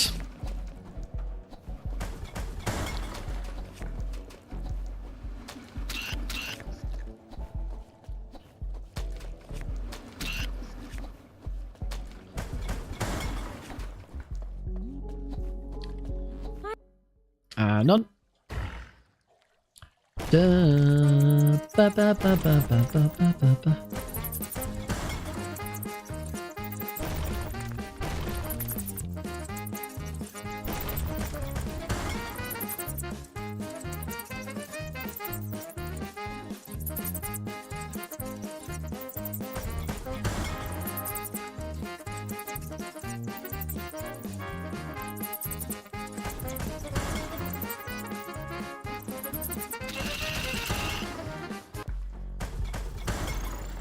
Grab that one. Go up and grab the fuel.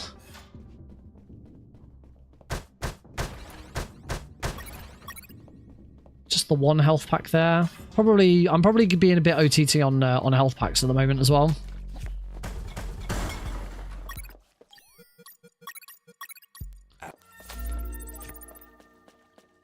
Got our trusty flamethrower.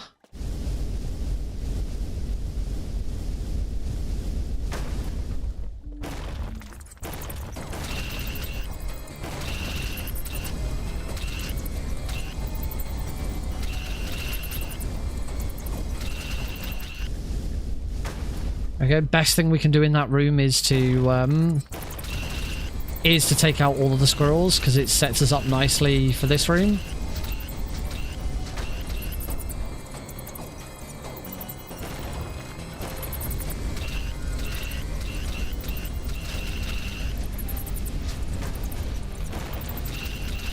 It's got to be a bit careful.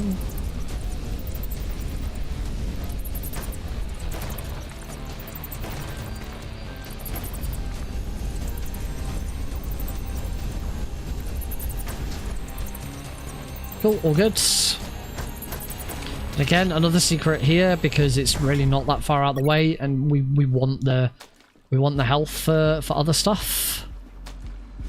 Gonna have to wait for that anyway. All right, Sewer Junk.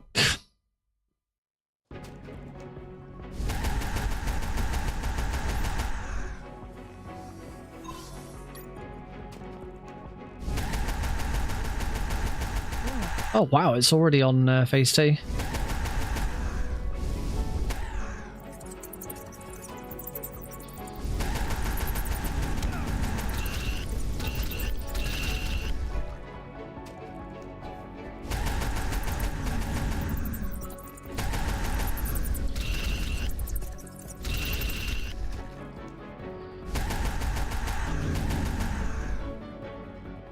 I want it to drop back down and just do, and I just want to do 1 tick of damage to it.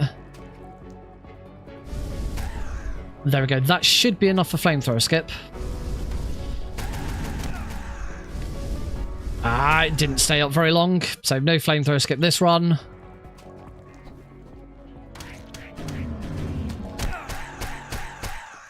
But only one fight. Wow, that was a really good fight.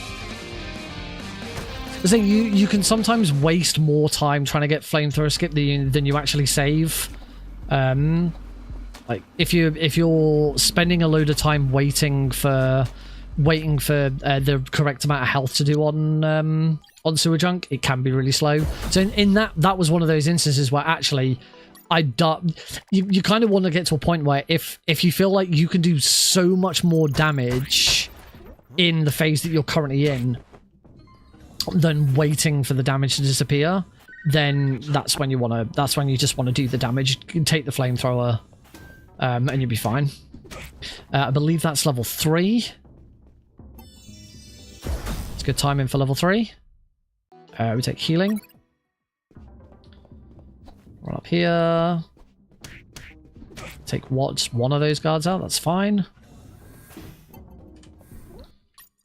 Stab myself in the chest. Oh, that was I got a gold split. Yeah, we don't get gold splits very often on this. I've been running this a very, very long time. It's one of the games where I do actually have like all of my original splits still. We get a gun.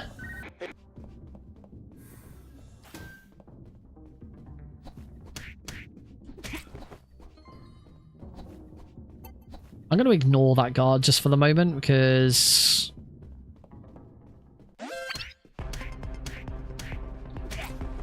that was a bit awkward, but I didn't get an alert, and that was the important thing. Really don't want to get an alert in that room. Getting alert at that point is a reset. Well, I say reset, but yeah. Load and try again. Plenty of bullets.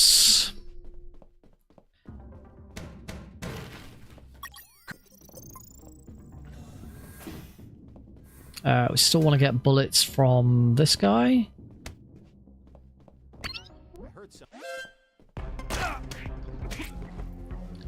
I'm going to be a little behind on XP this run. Load that save so that we get health back. Yeah, I've missed out on quite a lot of XP this run, so this is going to be a very different run for sort of XP timing.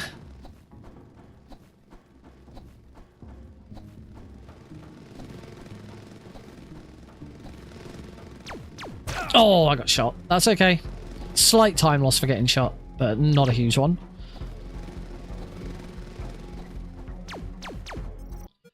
There you go, I can load it there.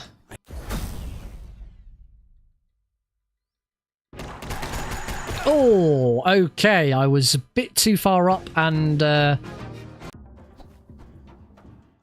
should be better.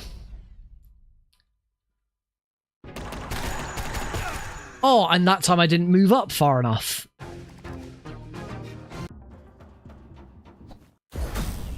Come on.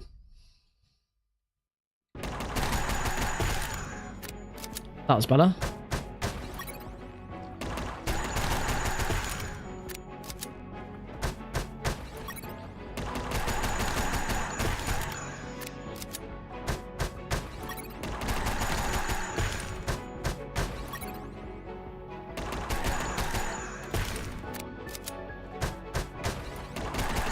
In the end, actually, once I did the boss, that wasn't that bad.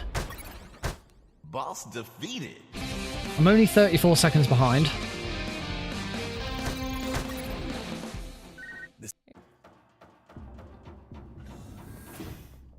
I don't know if that 34 seconds is now beatable. I probably never got a perfect run of hard difficulty. World record is definitely up for grabs at some point. Oh, don't actually need to call anyone there.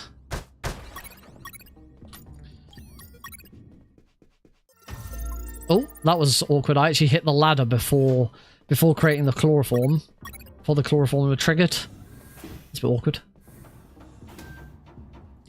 Right, run back. So there's a slight time because I had to load at any point in that.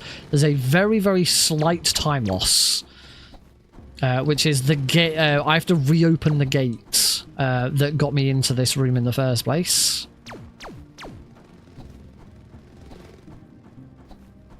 That gate right there. If you don't load at all during that section, you don't have to wait for that gate. It's a tiny, tiny time loss.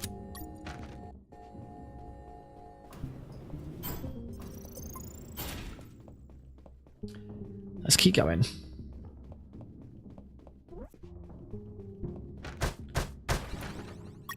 One. Two.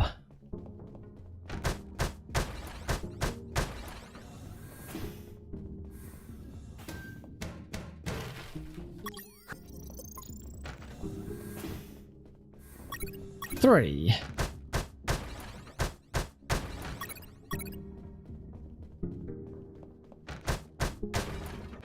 No, it just because I was still sort of in the middle of punching, it just didn't quite trigger me putting the uniform back on.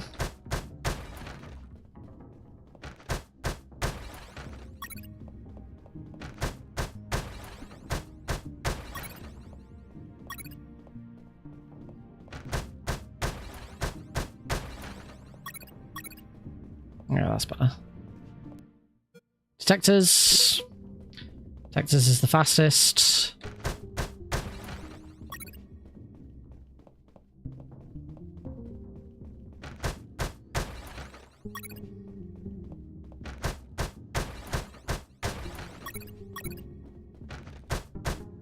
And that should be 12 batteries. So we can go and give the batteries to the engineer.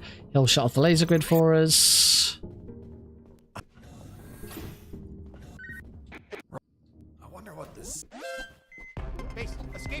Oh, so that can sometimes happen if the game doesn't load quite quickly enough for you.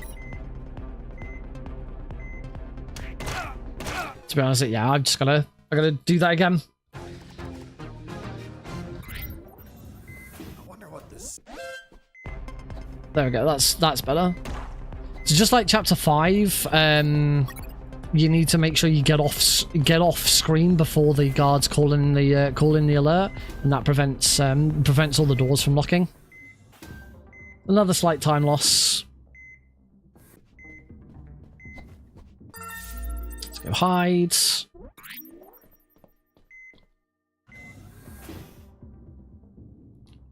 Go check up on the doctor. We skip a cutscene here because I've still got 6 medkits. And into Lieutenant Marcuson. I shot.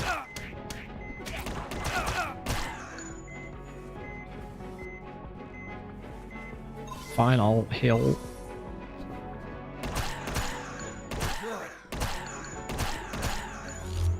I'm gonna need to reload at some point. Boss defeated. Not a great one. Also, he's in the top left-hand corner, which isn't ideal at all, because now we've got to drag him all the way to the bottom right. So yeah, Marcuson's a bit of an RNG boss. You just have to kind of deal with what you get.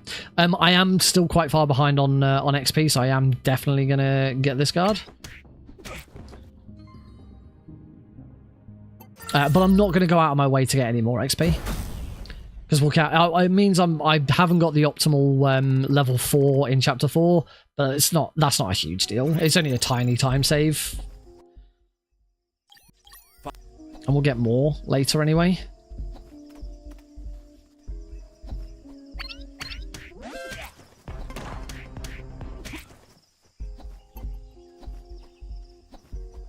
I think I'm only 2 XP behind. Ah, slightly too far to the right again. Sorry, slightly too far to the left again.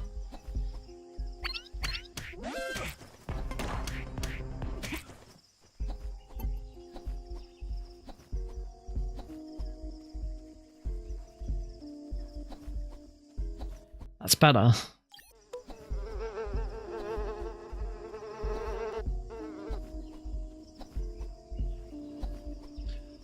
Oh, right. Break time.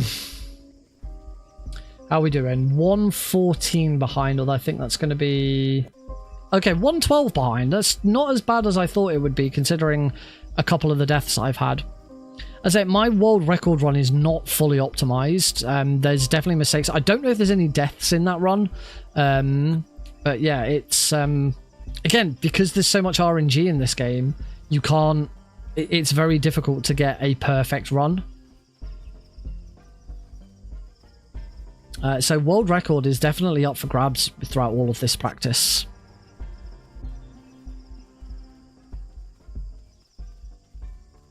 It would be a nice way to sort of prove to myself that I have still got it. I am still the best UnMetal player, and even though I've been away from the game for so long, I've still got what it takes.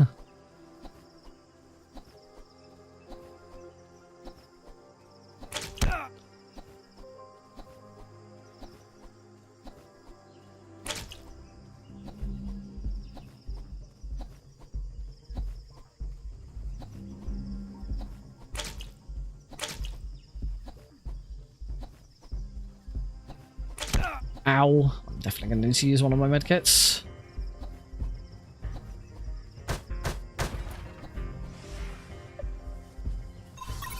For some reason, if you're in the middle of using... Sir, I saw someone behind the fence. If you're in the middle of using a medkit, and then pick up stamina, you'll notice I immediately went to full health. Not quite sure how I went from 112 behind to 18 seconds behind, then back to 114. That was a bit weird. Wait for that guard's turn. Then get spotted.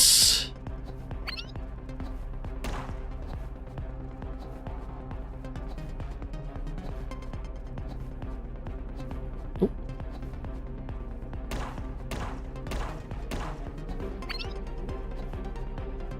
Right, run.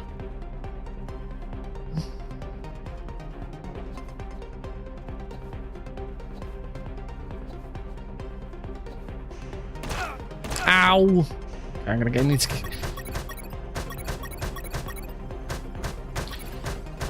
I need to use the first aid kit here. It's okay, it's only a minor time loss for using a first aid kit there. Area is clear. Returning to my position.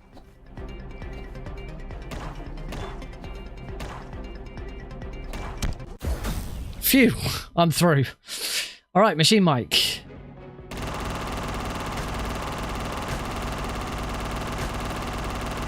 As much as you want. Those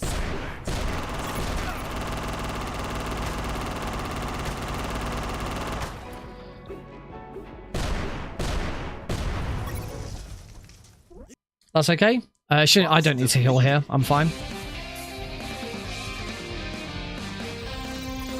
Level 4. Rolling Thunder. Then on to Splash Mic. I got pretty much the perfect route last run. So let's hope I can do it again. So grab the rocket launcher.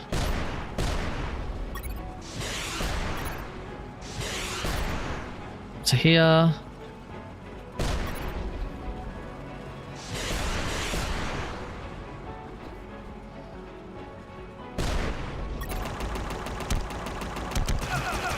Oh, that wasn't very good.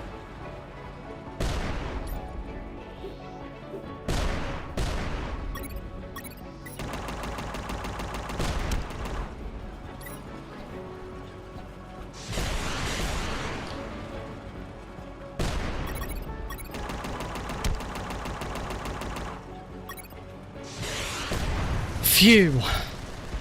That was sketchy. I was very, very low on health. But again, perfect. Perfect run through of that level. Chapter 6, Engineering Problems. Even though I'm on really low health, there's actually no need to heal here.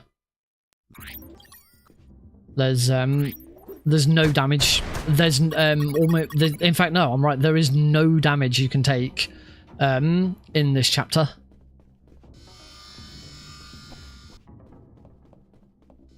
Any damage you can take as Jesse is you are instantly killed by the...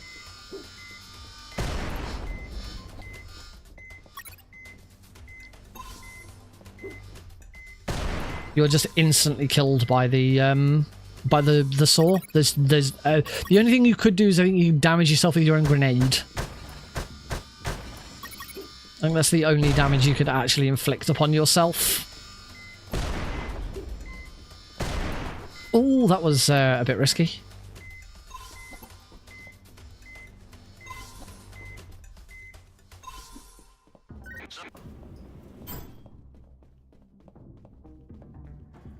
And you can do that. You can damage yourself with your own grenade.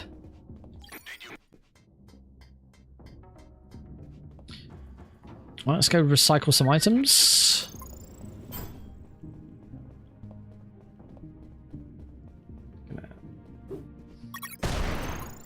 Throw that grenade there so that I don't have to wait.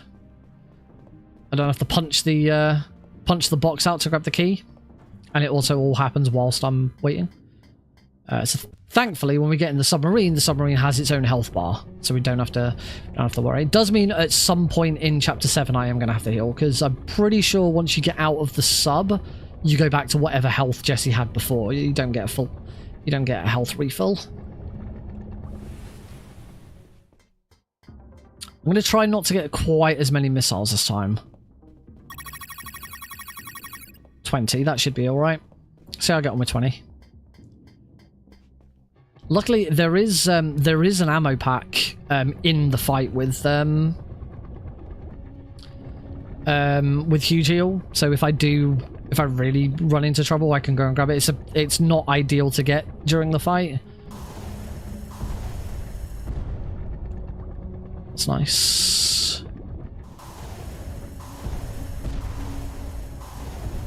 Oh, that was awkward. Again, I'm not leaving any secrets behind. Do not want to die to Takuma Takagashi.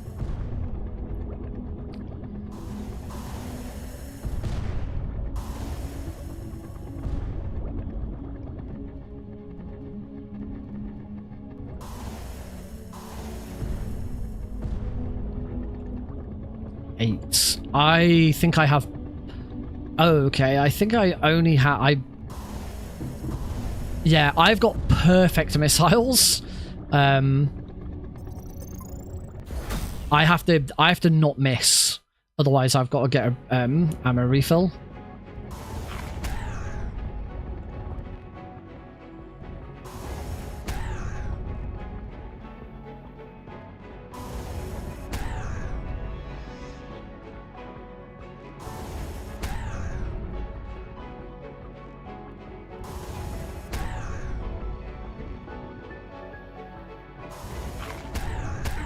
All good. There we go.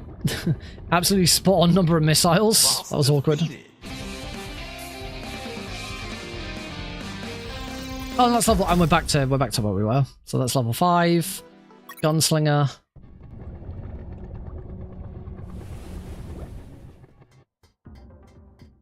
Although only just level 5. Not quite ideal. Alright, Chapter 7, Boondocks. So if I'm correct, yes, I am back to the health I was at before. So I do need to make sure that I heal at some point here. In fact, I'm just going to do it right now.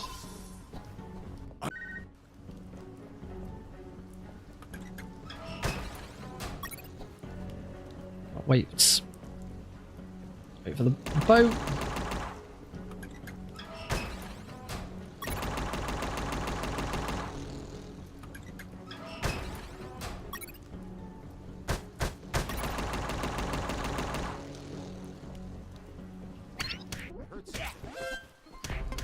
Nice. That was probably about as...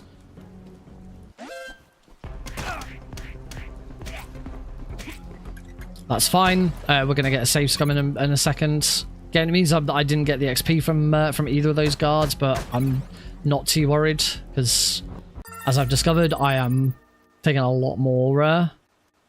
been taking a lot more XP than I've needed in previous runs. Let's grab his grenades just to be on the safe side.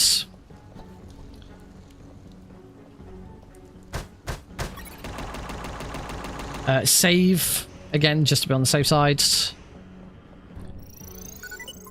Just in case we die. And then 6 grenades is fine. We grab a 7th grenade from there. And then when I throw this one, I'll get 2 more and go back up to 8. Oh, okay, so I don't have full health going into nuke sub, which is not nice.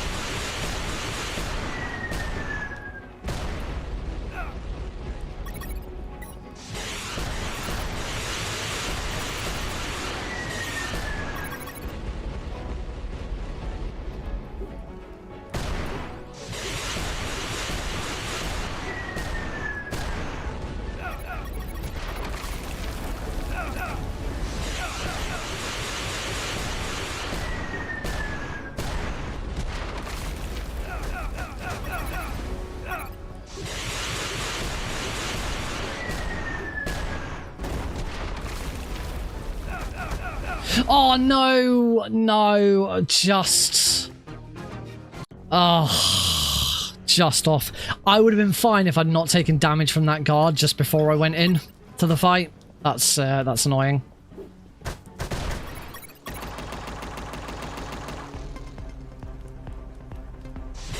Okay, luckily I don't have that problem this time, so I have a little bit more health.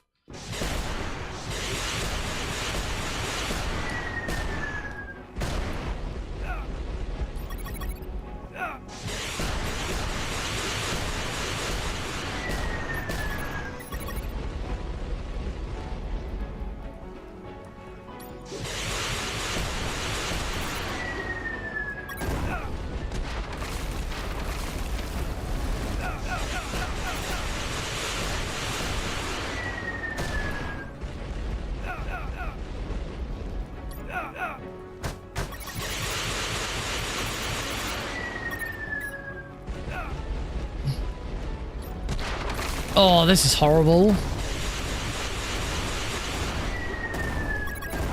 No.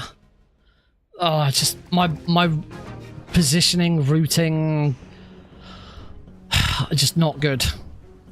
This is still... Apparently this is still an area that I need a lot more practice on.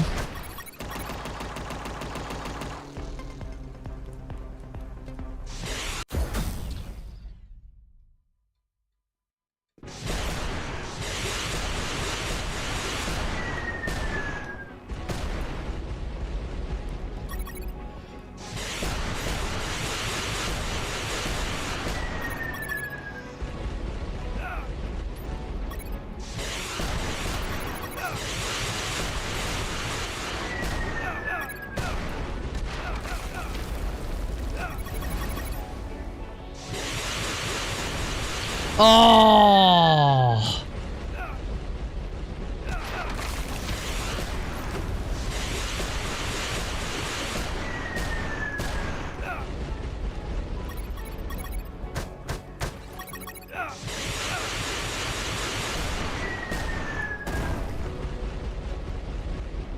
Okay, this will be it.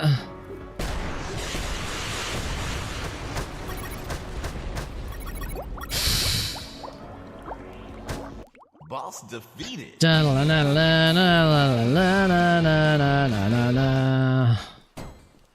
Oh, rough. I'm 3 minutes behind now. It's a shame that this had been a reasonably good run so far, but yeah, just... Oh. We'll just do it that way. I miss out on some XP doing that, but sometimes you just gotta take what you get. Sometimes that guard can just spot you, so you just have to deal with it. Right, Black Thunder.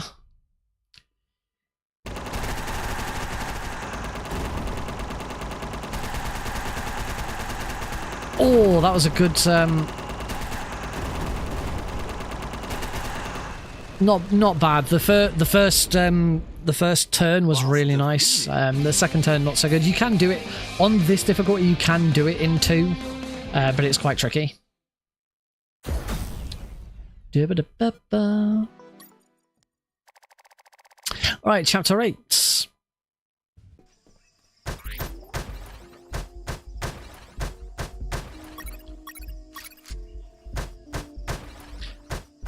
is a chapter that's really slow, and after the sort of hectic nature of the previous chapter, you kind of welcome that.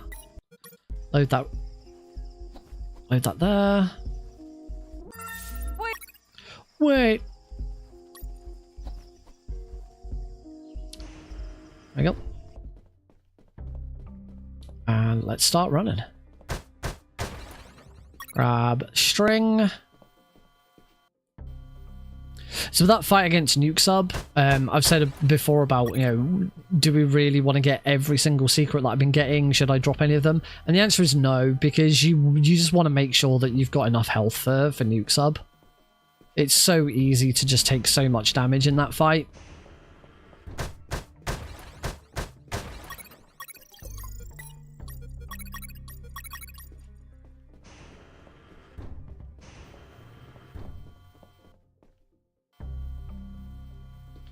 Do you need to, at some point when I need to stop and wait, I do need to heal.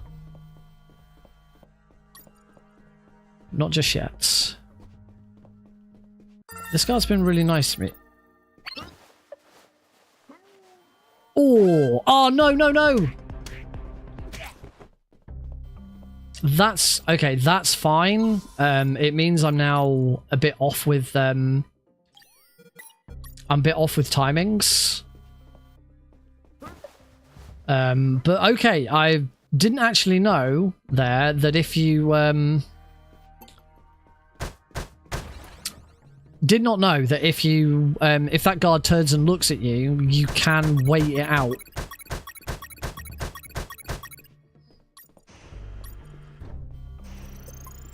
Hopefully. Yep, okay. I don't know what it's going to mean for the final,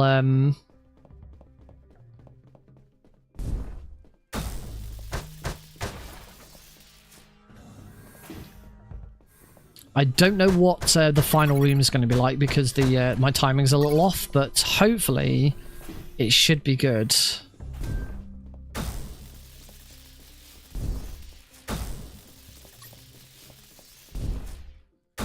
Chop. Throw. Throw. Let's find out. Okay, the timings aren't quite ideal.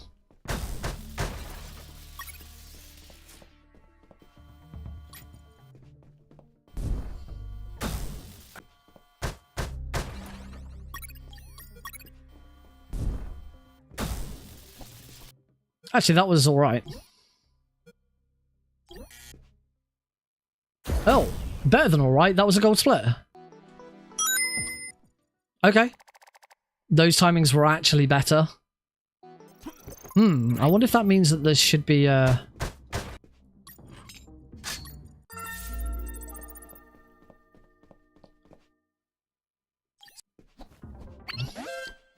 Base, escaping prisoner. Now, I have 2 rockets. I managed to secure 2 rockets. How am I doing for...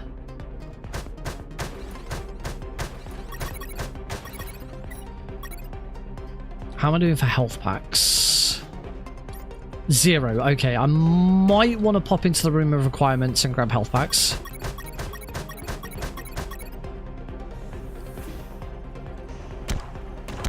Yeah, I should definitely pop into the room requirement for health packs. Say kits. Because there's a mandatory use of one in the next section, and it's always helpful to have some just in case. I shouldn't need any more. That should be it for the rest of the game now. I shouldn't need to collect any more health kits. My body armor putting in work there.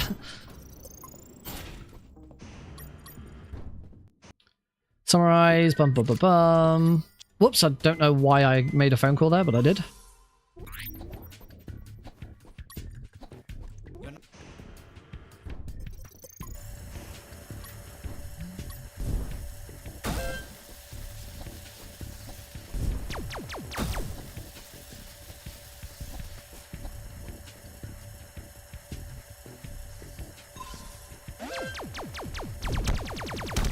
Oh, I'm probably dead.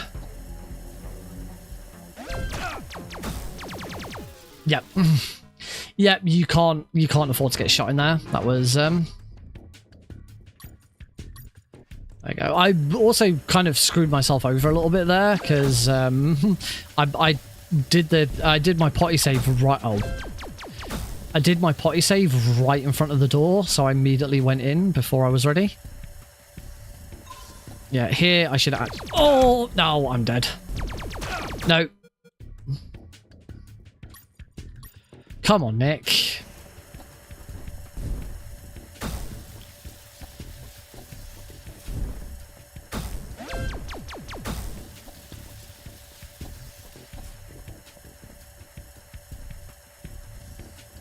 There we go, that's better, and now I can throw it there. That's what I should have done before. Oh, luckily that one's in a nice spot. Cool, that's good. That's good. I'm fine again now. Yeah, a little bit more time loss. How am I doing? 3 minutes behind. This isn't going to be much better than the previous one at this rate.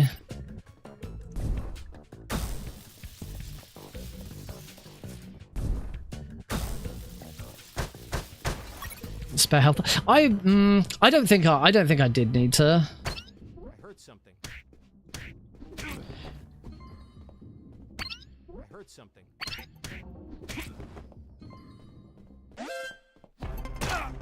Ow. That's fine. I'm gonna. There's a save point here that I can get my health back on. Oh, there we go. Almost loaded too early there.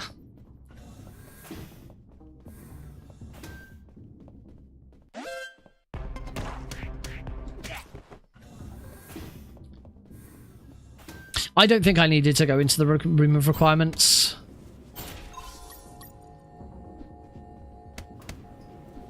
I think I could have gotten away without going to the room of requirements that run.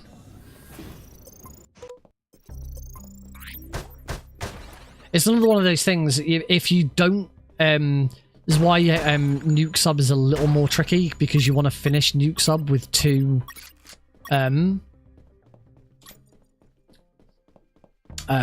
rockets left.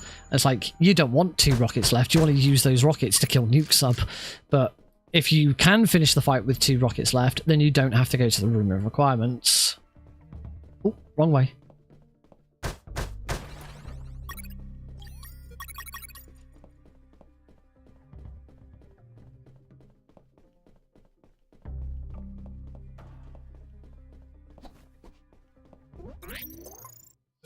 Left, right, right, middle, middle, left, and then cut the same order. Left, right, middle. So it's actually a very easy sequence to remember. It's always left, right, middle. Just kind of exactly how you sort of do that left, right, middle.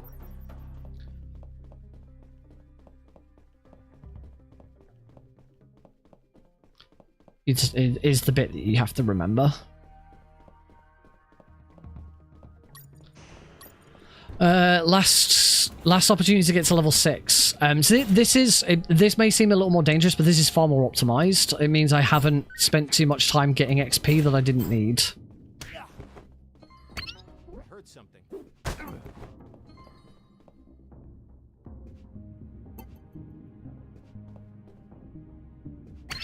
heard something. Cool, that's fine. And that's level 6.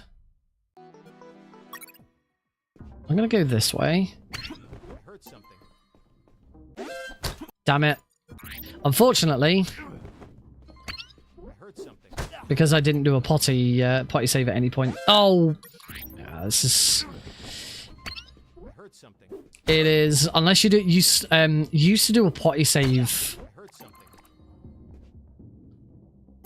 Not sure what happens here. This is awkward. You used to do a potty save like right here where I am now. I think I'm gonna need to punch. Yeah. Ah. Yeah, I've kind of screwed this room up. I heard something.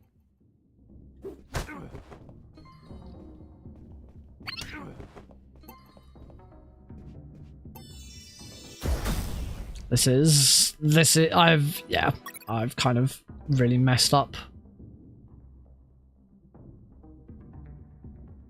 Mike!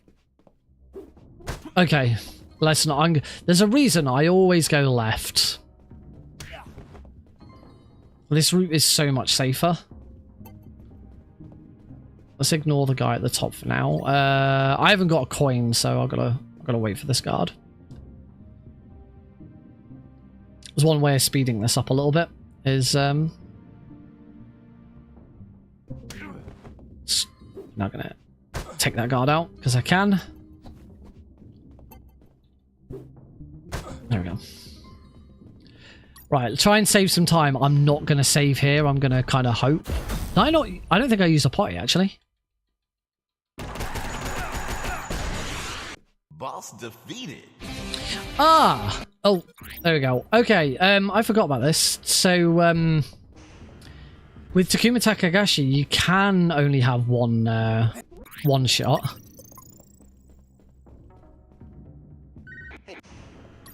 You can only have one rocket shot as long as your blasts with your pistol are fast enough. So, the amount of health I've got left, I could actually knock down the amount of stamina I'm getting each run. Oh, 4 minutes. This is a worse run than the previous one. Unfortunately, this is just how it goes sometimes.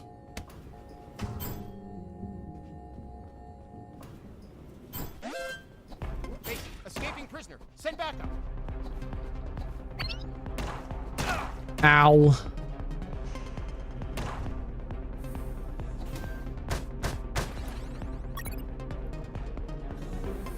Yeah, I kind of don't want to use this health pack here. Actually, yeah, I do. Then I don't have to try and use it in the maze. Yeah, that speeds me up a little bit. Not having to use that health pack in the maze. Oh, gold split. Nice.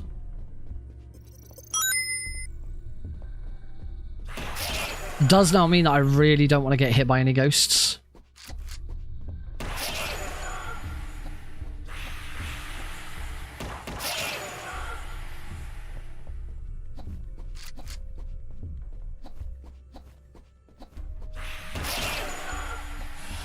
I got hit by that ghost, but that's fine.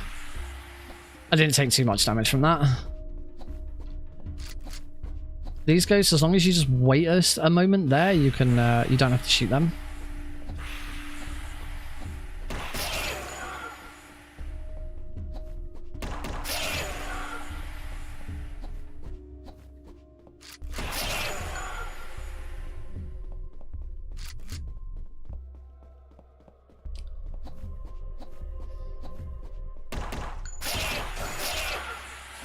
Oh, what? Oh, lovely.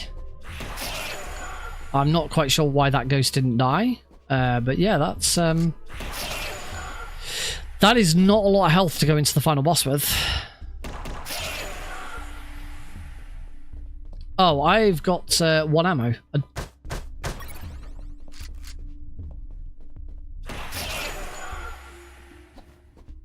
Well, that was a little bit awkward. Oh well. 'Tis what it is. Oh, over 10 minutes. It's not good when that chapter's over 10 minutes long. There are some health packs in the room just before where we get all the ammo. Where the stereo is, there is some health packs in there, so I might grab one just to be on the safe side, and then use it straight away.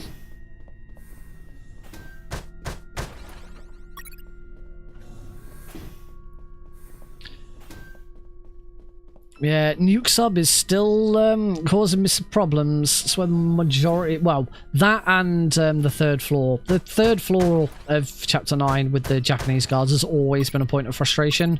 Sometimes you can get lucky and you just have a good time. Sometimes you're not so lucky and you don't have a good time. I didn't use...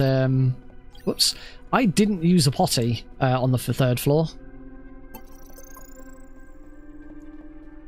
You're not allowed to use potties in all achievements, so I'm kind of used to not using potties. Do you believe in God, General?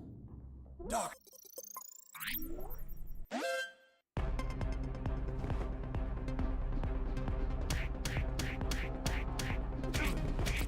Yeah, triple kick!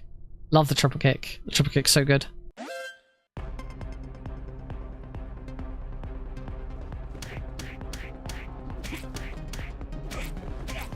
There we go. That's what usually happens here, where you miss. One guard gets past you and they just got to run away. It's really weird. Right, up we go.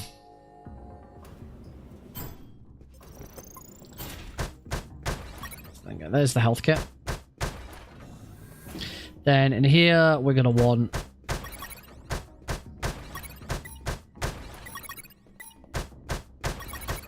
Metal Gear. Metal Gear.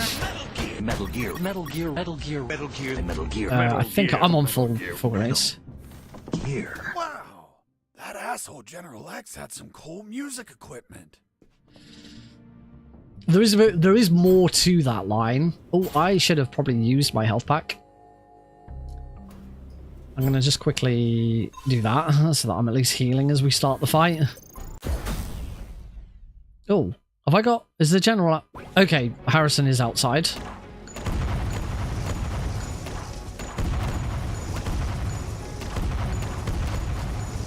I can't remember exactly what happens, but if you don't carry General Harris, Colonel Harris with you, then the game doesn't end. You, like, lose the game.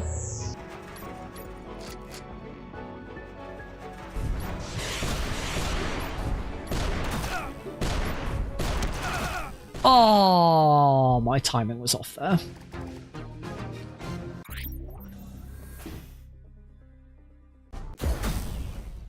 There we go. Right.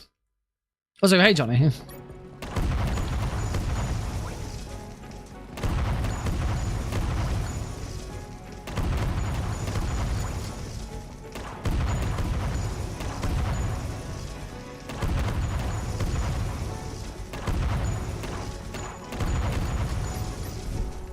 Whoops. Do that a little too early. That's fine.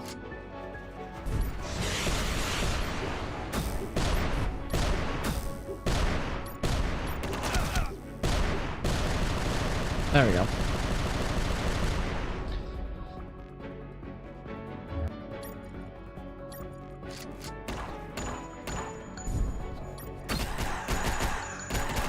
Yeah, one phase. Okay. 5 minutes 12. That was worse than the previous run, unfortunately. 53:23. I was actually on world record pace very, very early on and then lost it. Unfortunately, sometimes it's just how it goes. UnMetal can be a little tricky, what with the RNG nature of a lot of it. And if you just don't have a good handle on it, like I didn't in that run, it can get away from you very, very quickly.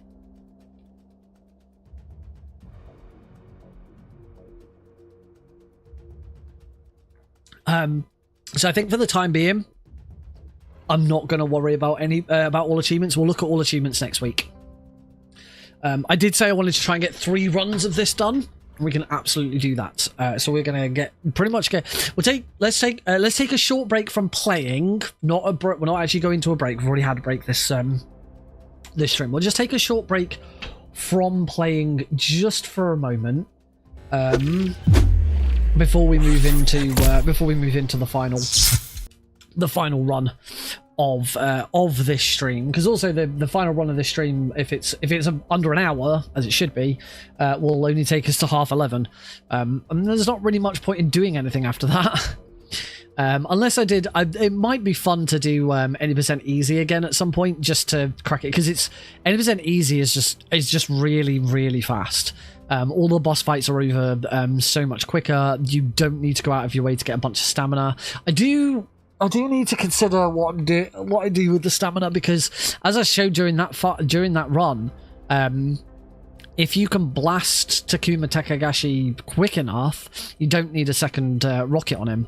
But it's difficult. If you mess it up, you just die, like, straight up.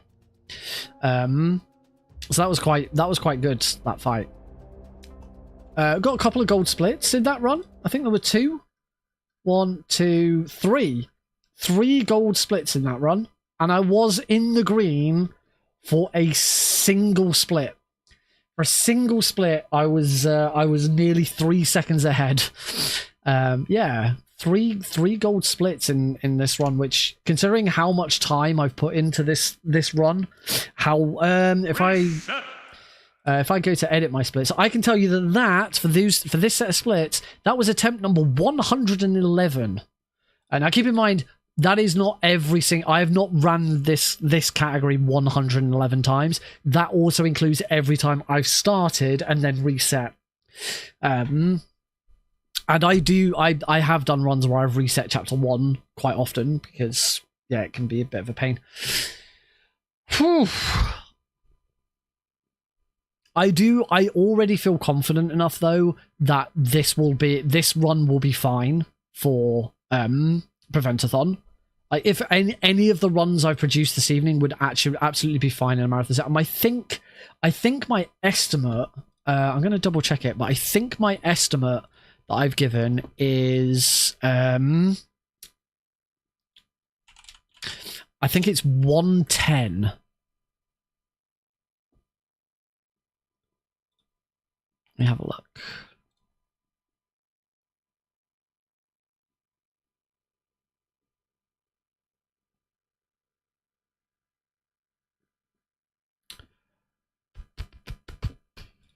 My profile. Prevent-A-Thon. Any percent hard. Oh, sorry, 1 hour. 1 hour for any percent hard, because not only as you've already seen that I'm sort of closing in on 50 minutes, but also this is in game time. The timer doesn't tick. Mainly the timer doesn't tick in between chapters. During chapter changes, it pauses, so it's not a huge amount of time, but it does mean that I can stop and I can chat if I need to. All achievements is 115 because it is a little bit longer. So yeah, more practice will need to go into that, but I think I'm definitely, as I say, any of the runs I've done so far would be underestimate, so that's absolutely fine. As long as my runs are under an hour, then we're good. And they absolutely should be. But, getting under 50 minutes would be amazing. I don't think I've ever gotten under 50 minutes in a marathon setting for this. In fact, I can check that. Because I have a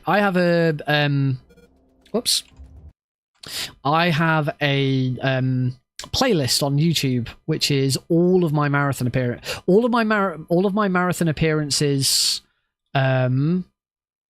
as so long as there is a YouTube video for them. Not all of my marathon appearances have made it to YouTube, because some don't. Oh, just going on YouTube, I have also just noticed I'm on 1,482 subscribers on YouTube. So which is going to happen first? Am I going to get to 1,250 followers on Twitch? Or am I going to get to 1,500 subscribers on YouTube?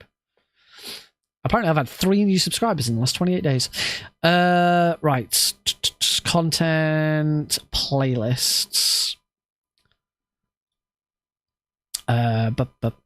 Nick's marathon, 51 videos.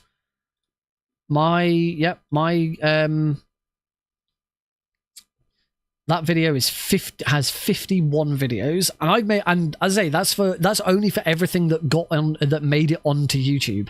Not everything is on YouTube. So I don't think I can't filter. Unfortunately, I can't filter this. I'm not gonna show it. So I just need to quickly run through and look at anything that says unmetal all achievements in 1 hour 12. There is there's GDQ hotfix. It's my hotfix run.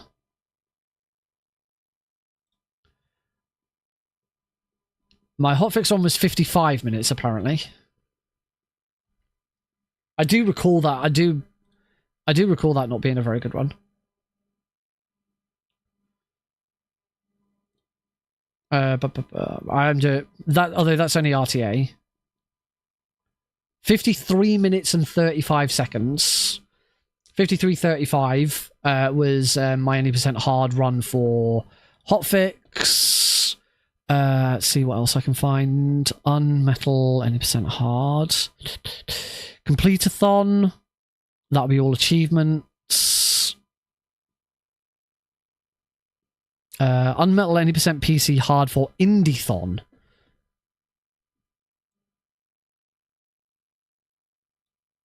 That run was...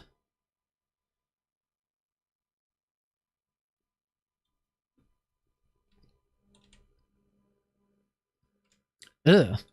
In that one, my the Indie-Thon one, my microphone was really quiet compared to my 52:21. Although I noticed the speedrun timer isn't quite right for that one, so I must have had to load a weird save or something. Anyway, that wasn't sub 50.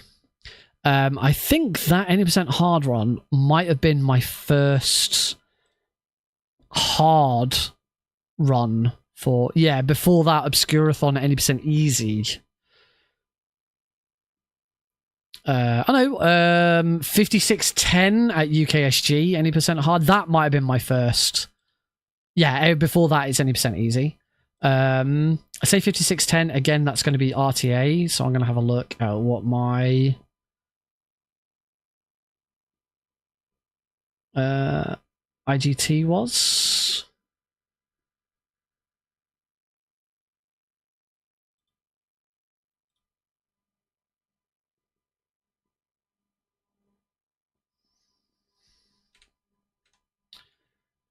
Right, IGT 54:23. So no, I have never gotten sub 50 for 80% hard in a marathon setting.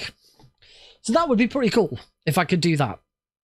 So that's maybe the goal to do.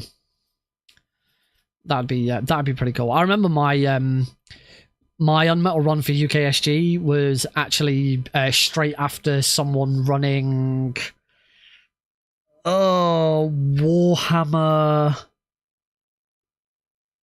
I think it was a Warhammer game. Red Dawn? No. It's the RTA Warhammer game.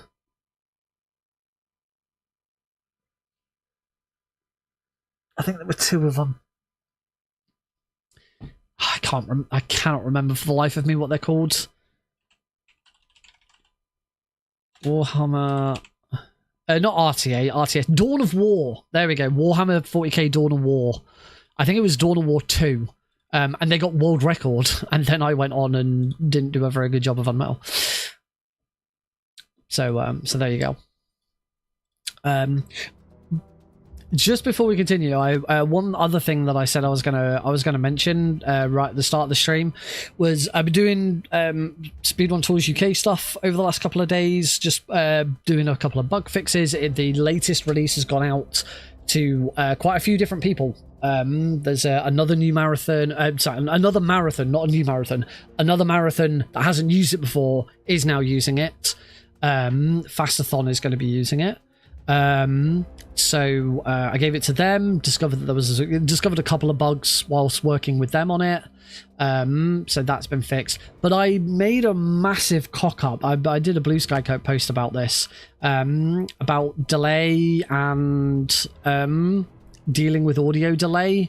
And like I built in some functionality to compensate for audio delay when you're pushing buttons, and then discovered that that's not how OBS works. And everything I'd done, I'd like worked on it for about an hour and a half, 2 hours, and it was a complete waste of time.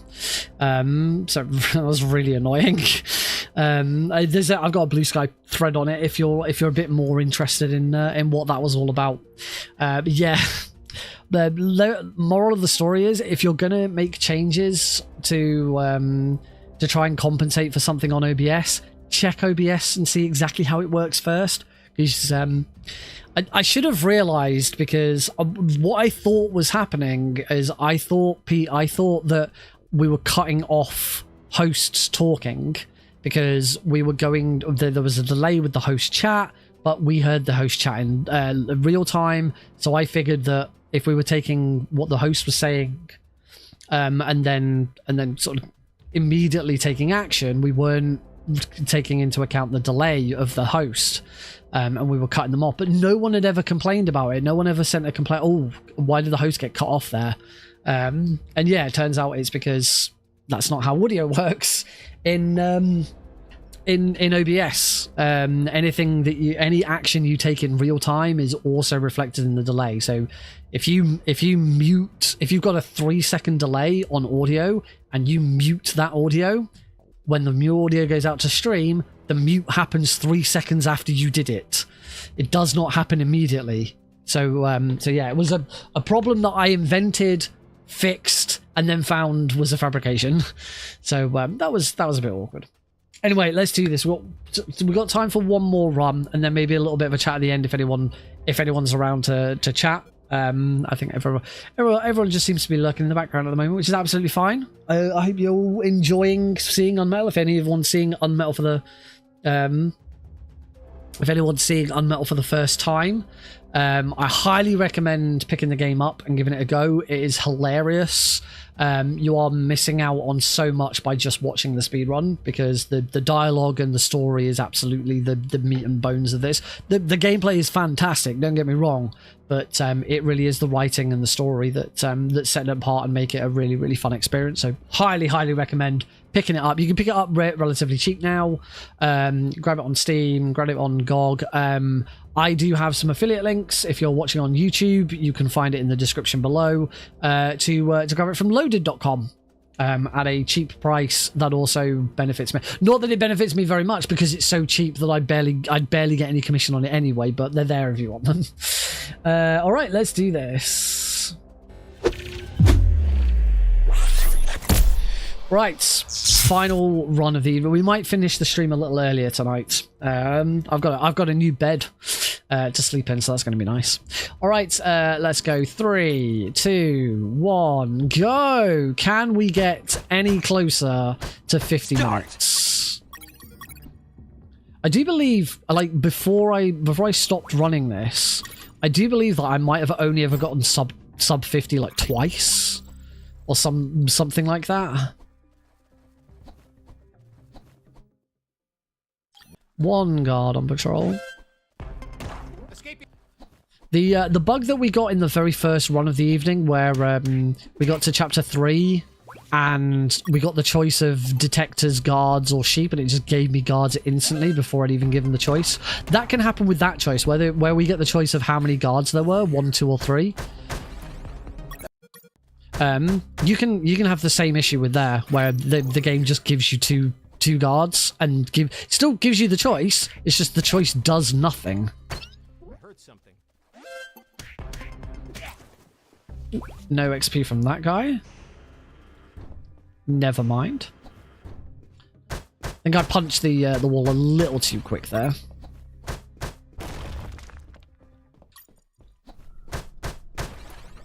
Secrets.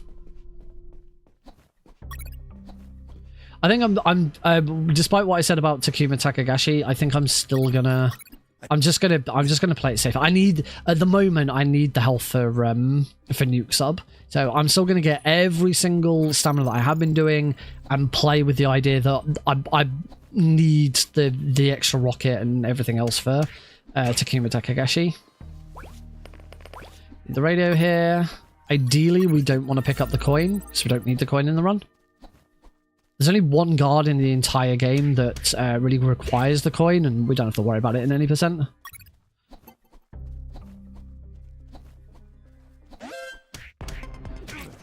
Oh, no XP off that guard. That's not very nice.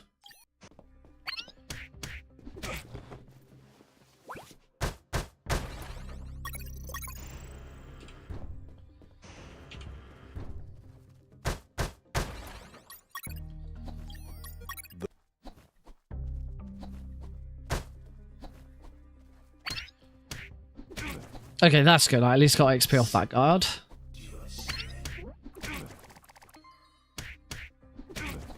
Just gonna run back up here, grab these. Okay, I got a few bits of XP there. At the very least, you want to be hitting level 2 off of grenade guy.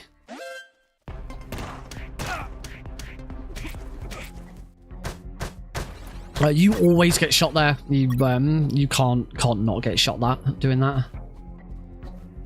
And it's fine because we just load and get all of our health back there. So yeah, as long as I hit level 3 off grenade guy, Oh, that was a few. Oh, come on, Nick.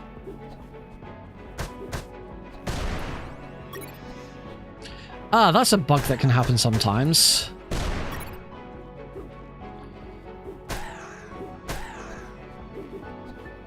Oh. Ow. That was not a very good grenade guy. But I am level 2, so that's fine.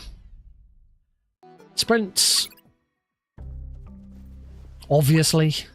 Why would we not take sprint? I'm going to grab those for sewer junk if I need them.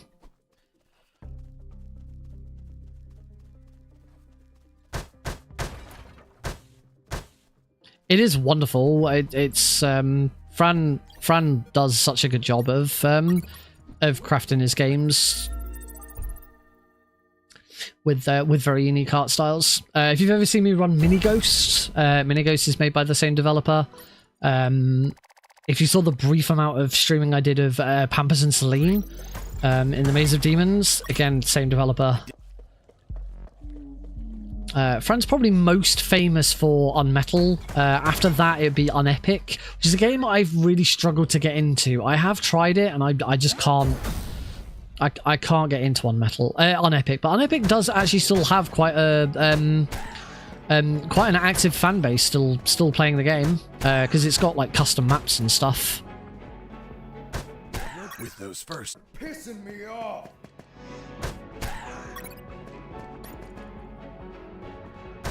Damn you. Boss Cool. defeated. Not bad. A little bit left to be desired in the middle of that, but overall, we take those. I need to heal here.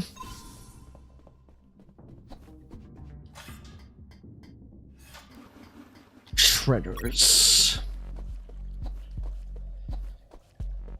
Once you've taken sprint, from sprint onwards, doesn't matter. I got hit by that.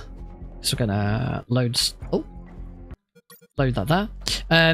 From sprint onwards, it is if there are no enemies in the room, it is faster to just run. If there are enemies in the room, it's faster to roll. Do I think UnMetal will get a sequel? I'd like it to get a sequel. Whether it does or not is another question. Fran did once announce on this channel, where he joined me on stream for an interview once. Fran did once announce that he'd actually written UnMetal 2 as a movie, as an animated movie, instead of a game. And that's what the plan was, but that clearly never went anywhere. He's always been open to the idea of potentially making a sequel to UnMetal, but it's never been 100% confirmed.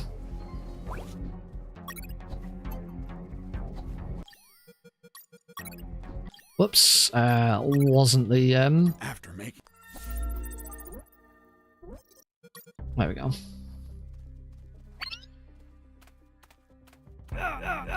Oh dear. Let's just load that. That's a do-over.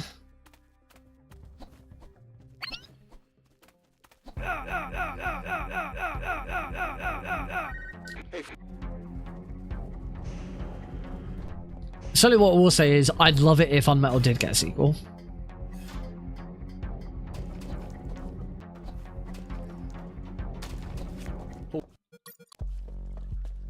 Because also, if UnMetal did get a sequel, there is a very good chance that I would be involved in the development in some way.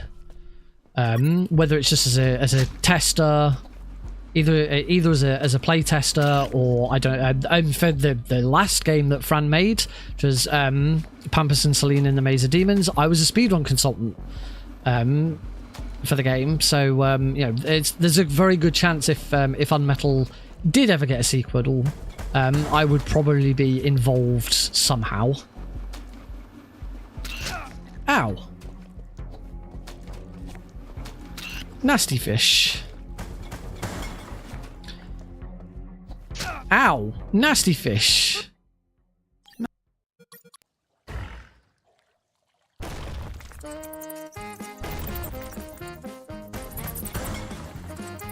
I think I have mentioned this on the stream before.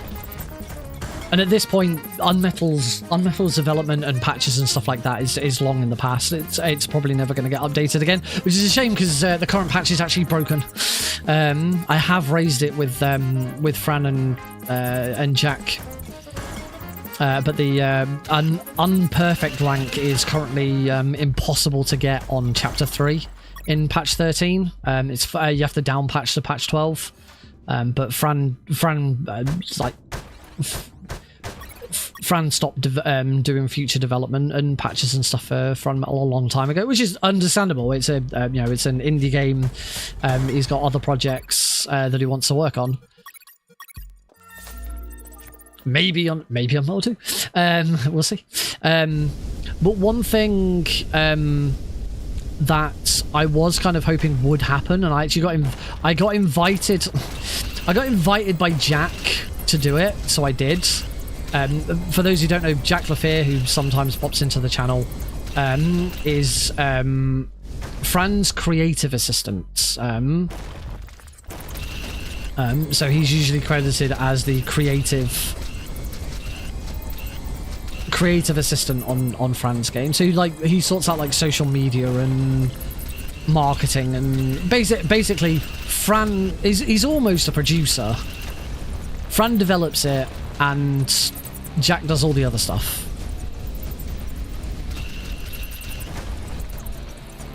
Is one way of putting it. That's not quite accurate, but it's not a bad way of looking at it. I think I'm going to fire one behind me. I'm okay for health, but I do need to turn my sorry, I just needed to turn my headphones down a little bit. It was a little bit loud in my ears.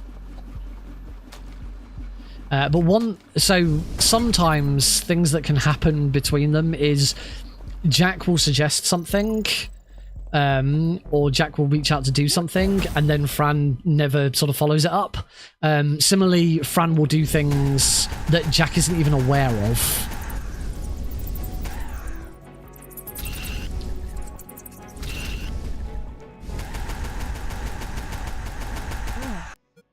6 tentacles.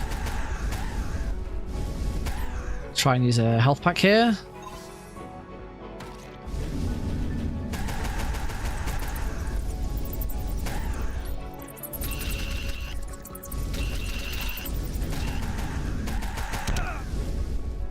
Ow.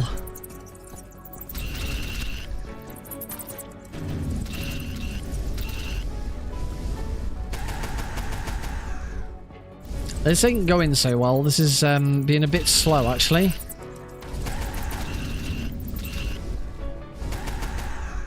That's exactly enough. I believe that's exactly enough health for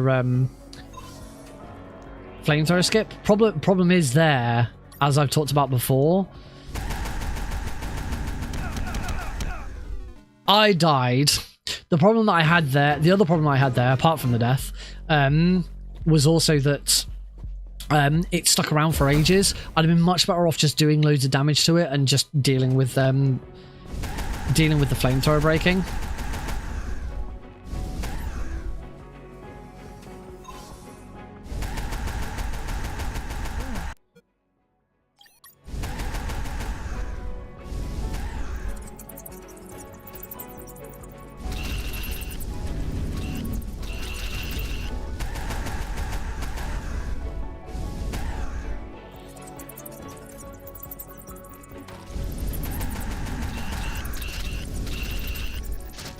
Ow.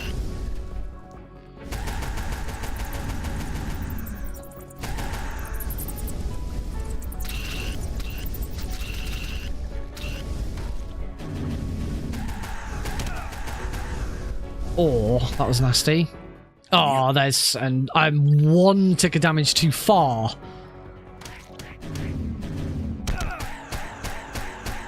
So this final section, don't go.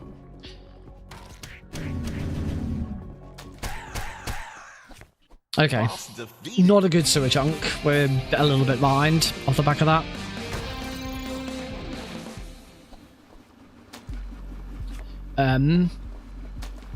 So anyway, I was saying about you know, sometimes Jack will say one thing and Fran either doesn't follow through or doesn't know about it. Sometimes Fran will do things that Jack doesn't even know about. There was one great example. There's a secret in chapter 10 which wasn't in the original version of the game. It was actually something I requested.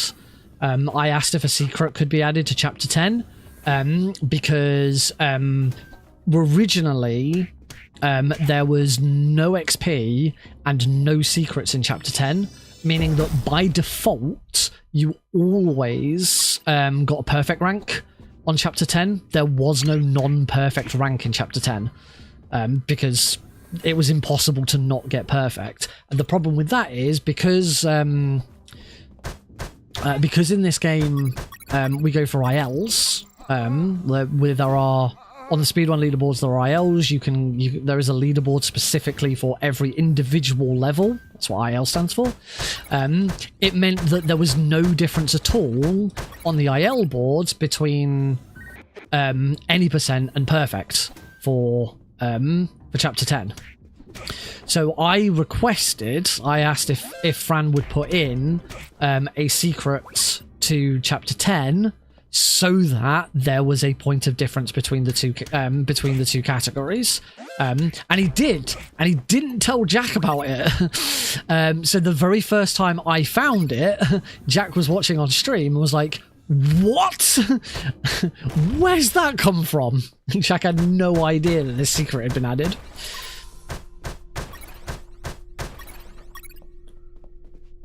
But one of the things that the PC, this is only available on the PC version. On Steam, there is a free DLC for the PC version, and it is called I think it's called the Content Creator Pack or something like that. And there's a screen in the options menu to put in cheat codes. There are some cheat codes that work. Some of the cheat codes were used during development. For example, it wasn't until something like patch 2 that the speedrun timer got added in, or the option, I should say, to have the speedrun timer got added. Before that, if you wanted the speedrun timer on screen, it was a cheat. I think you had to type in the word speedrun, and you then got the speedrun timer. Oh, missed a shot there. Oh, I've also made a mistake in that I didn't load to get my health back. I am a bit low on ammo.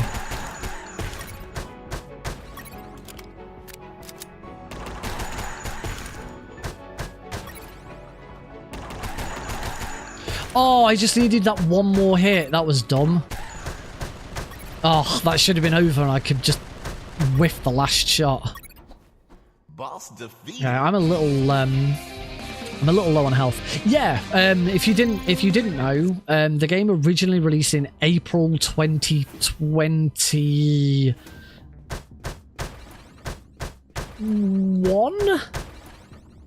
I want to say April 22. It's either 2021 or 2022. I can't remember exactly. And then on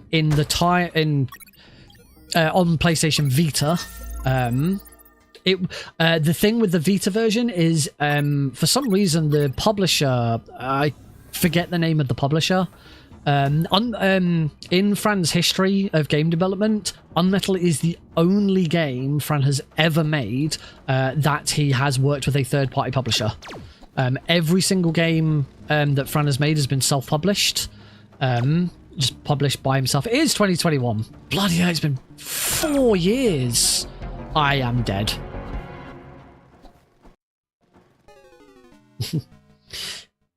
I can't believe it's been 4 years since this game was released. I think I met... Oh, that was close. I nearly went completely the wrong way there. This run's already a dud. I'm gonna take a time loss and use a health pack. Yeah, I don't know. Crazy. I didn't celebrate it this year. Quite the past couple of years, I've celebrated the release day by doing a stream of it, and yeah, completely forgot about it this year.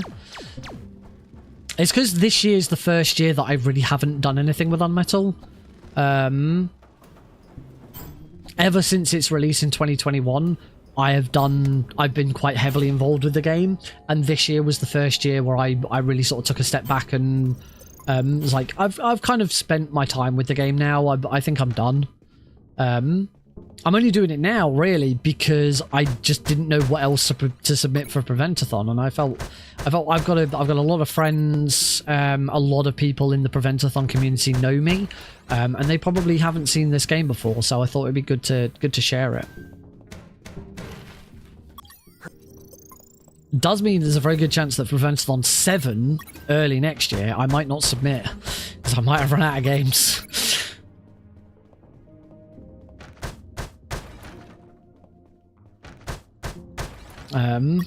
The next Metal Gear game I'm planning on learning is Phantom Pain.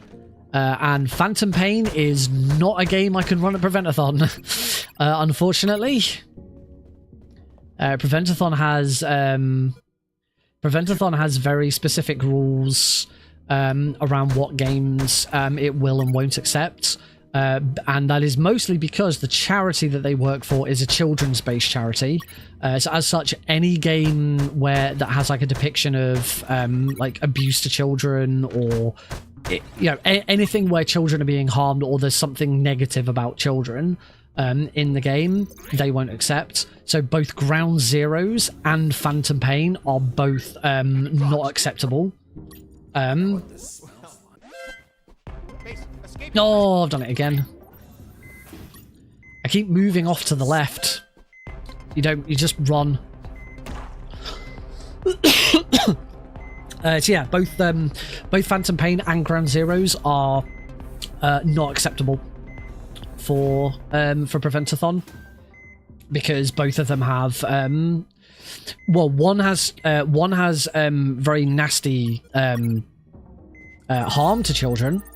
The way Paz and Chico were treated in I haven't reloaded yet. I'm going to do that now. The way Paz and Chico are treated in Ground Zeroes is not acceptable. And there's child slavery in Phantom Pain. So yeah, we don't do that either. And children can be killed in Phantom Pain as well. I shot it. Heal the Scar. Well, heal me, because Jesse will always heal himself first. Some needs to reload. Oh, he had to go that way, didn't he? Ow! Defeated.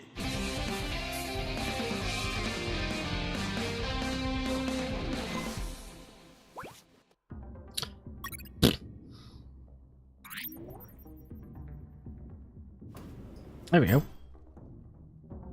Fun fact about that gate. Oh, I shouldn't have gone for that guard. I was not. I might hit level 4. I might actually hit level 4 beforehand. Maybe I should have gone for that guard. Fun fact about that gate, the one I just opened with the key card that I got from defeating Marksman. I don't kill anyone in this game. If you check out the Steam forums or any other forum that has stuff about UnMetal in it, you'll quite often come across people with a bug error asking how they get through that gate. Oh, that's a gold split for Get Through Minefield 2. Lovely. Not after the boss fight, but when they first enter Chapter 3. They first enter chapter 3, they knock out the guards, they go into that room from the right-hand side for the very first time, and that gate is there and it's locked, and there doesn't seem to be any way of unlocking it. And yeah, I've had someone on my I've had someone in one of my speedrun videos on YouTube ask me in the comments about it, said there's a gate that's open that I can't get through. It doesn't seem to be there on yours. What am I doing wrong? And the correct answer to the question what's wrong, what have I done wrong, why can I not get through the gate, the answer is don't pirate the game, you filthy pirate. It's actually an anti-pirating measure. If the game detects that it is a pirated copy, then a gate appears there, so you play through chapter 1 and 2 absolutely fine, no problem, but then you get to chapter 3, that gate is locked and there is nothing you can do to unlock it. So it's always funny because people out themselves that they've pirated the game, because they go onto forums and they say, oh, there seems to be a bug with the game, what do I need to do here? And you just instantly tell them, oh, maybe you should buy the game. I am not one against piracy of video games, particularly when it comes to big budget AAA games. The way that certain companies handle microtransactions and all of that stuff, I am and emulators, ROM, stuff like that. I am not anti-piracy. I'm not. Oh, I just got a new record for chapter 4. Shit, I need to check that. That might. That might genuinely be a new world record for chapter 4. I need to check the ILs.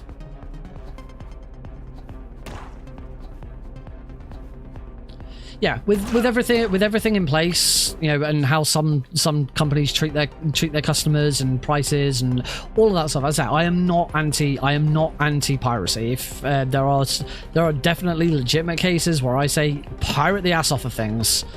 Particularly when it comes to emulation and game preservation, because it's so poor. Nintendo in particular is a really, really bad example of it. The biggest gripe I have with Nintendo over emulation and stuff is the fact that they are putting emulators in their own hardware now. So, for example, the Switch 2, you can play GameCube games on it.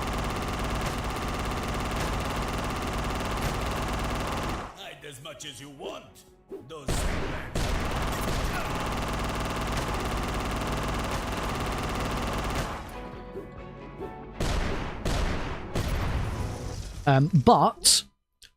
but those Switch games, those GameCube games are locked behind a subscription service. You can't just give Nintendo money to play them. They're locked behind a subscription service, so you have to pay monthly in order to keep playing them, and they are drip fed. I've always had a problem with the fact that Nintendo's back catalog system that they use on the Switch is a complete drip feed of content. Like, they have so many games at their disposal, and they choose to just give their customers nothing.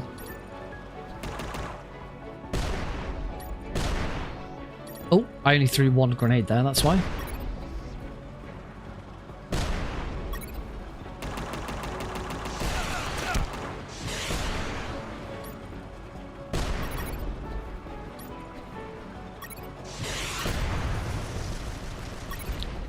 Boss defeated. So yeah, there are definitely certain cases where I am wholly in support of pirating games. Indie developers in like this with UnMetal is absolutely a no-no. It ran better. That doesn't surprise me.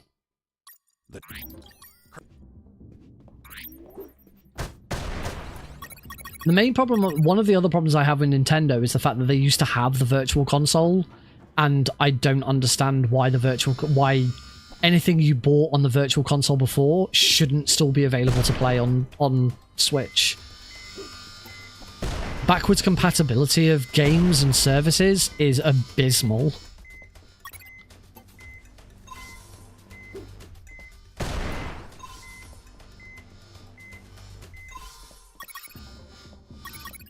Nintendo is extremely anti-consumer.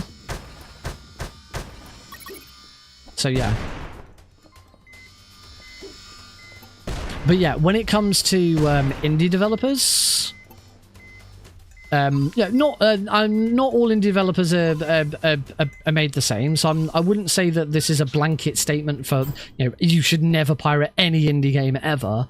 But when it comes to small indie developers like Fran, making things like UnMetal, and the game is so freaking cheap now. I mean, it wasn't when it first came out. I think it was probably about 15 quid. I think when it came out. Now, one of the advantages I've had, because I've been so involved in the speedrun of this, I owned several different versions of this game, and I've had several different versions just gifted to me by the developers. In fact, the very first, I think I pre-ordered it.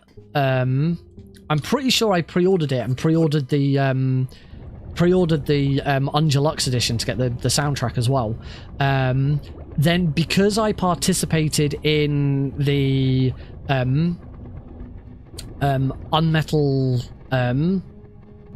Unleashed event that MGSR put on to celebrate the game's release, I then got given another copy of the game, and I believe at that point I specifically asked for for a copy on Switch. So that I had, because I already had the PC version, so I was like, oh, in that case, can I have a Switch copy so I can have it on my Switch?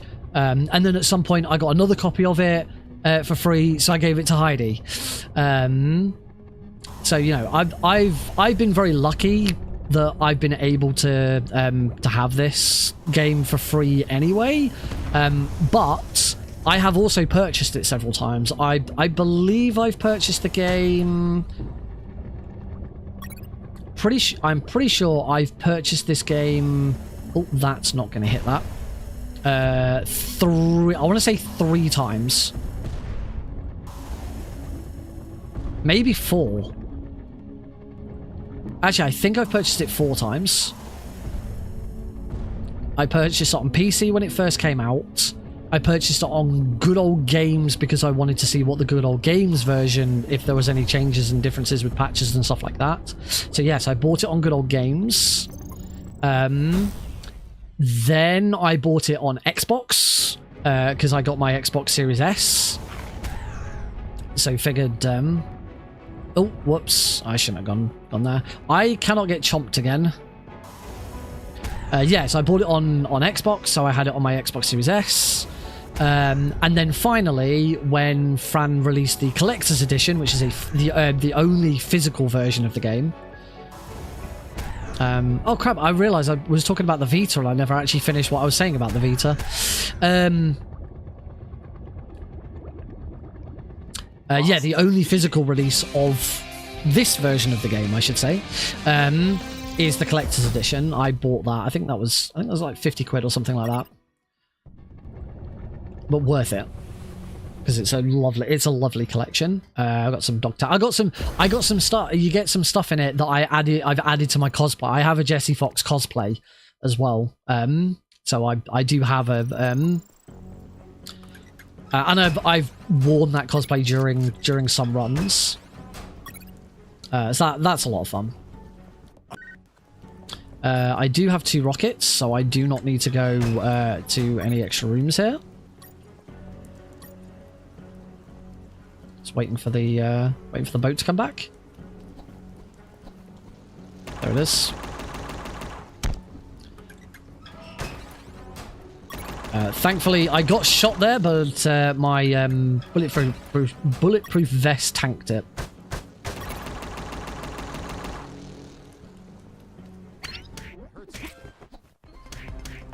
Cool. I still need to get a little bit of XP here.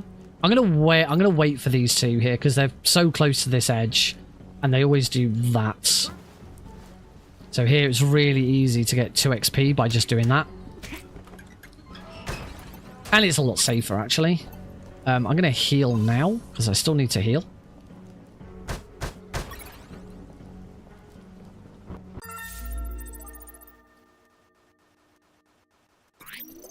Oh, you own the Vita You own the Vita version as well, Greens and Saber. Hey, dude, long time no see.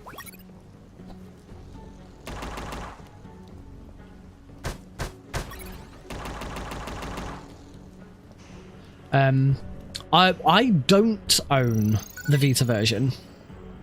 I do have a ROM of the Vita version, and I should say I've just talked about piracy. I've just talked about how you shouldn't. Oh, I'm gonna load so that I don't go into that with less health. I've talked about piracy, and I've talked about indie developers.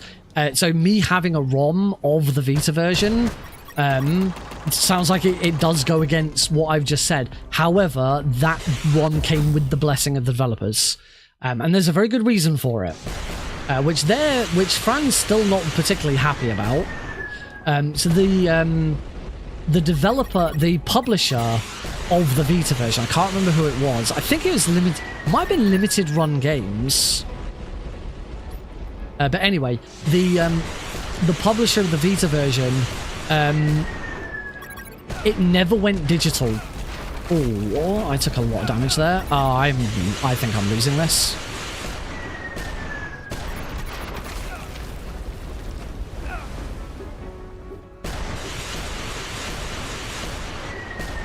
East Asia Soft. I do recognise that name.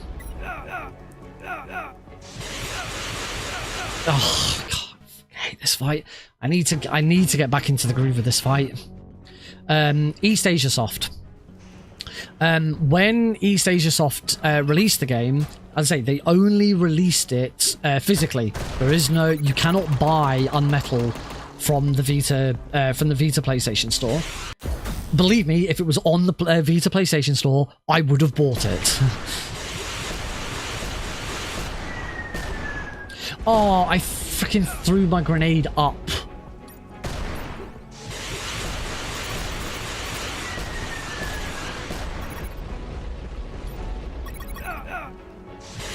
And I missed that. Oh.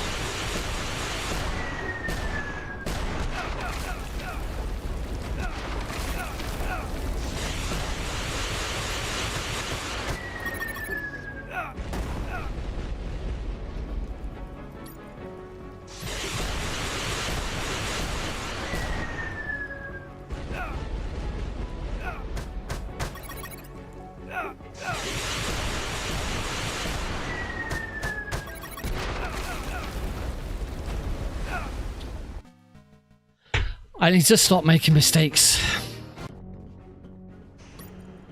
I'm making way too many mistakes with like where I'm throwing stuff. I'm just going to focus on this. Basically, they didn't make it never got released digitally, and the company that and East Asia Soft also did not produce enough physical copies for the demand. So it's a very rare physical version only to try and get hold of.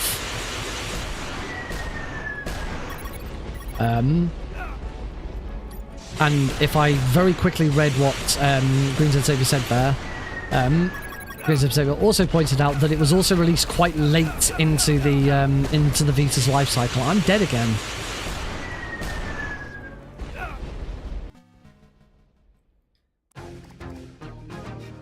I didn't realize that was the reason why it only came out as a physical copy.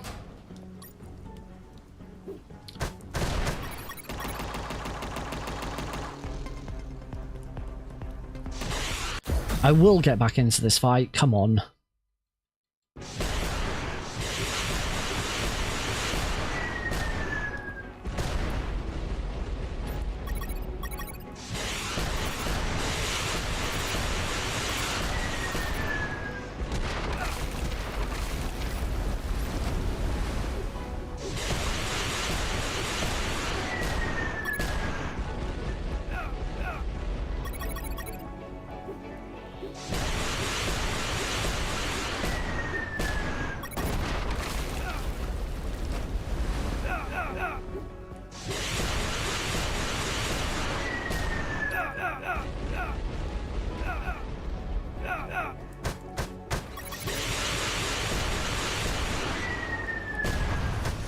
There we go. I hate this fight. Boss defeated. It is the hardest fight in the game. And I'm 5. My runs this evening have only gotten worse. They've only gotten worse as time has gone on. They have not gotten any better. Crazy. So yeah, that's the Vita version. Escape. Oh wow. That was bad. That takes me all the way back to here, unfortunately.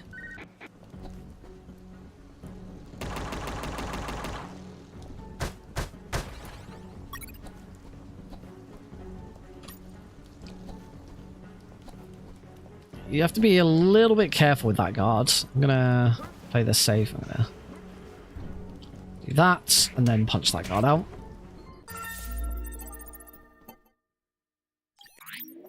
Right, here we go. So yeah, I do have the Vita version. So I have the blessing of the developers because they know that it's extremely rare. I can't remember if I've ever actually completed it.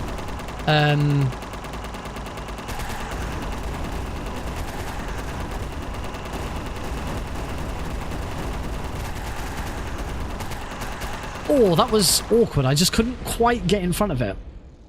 Boss defeated.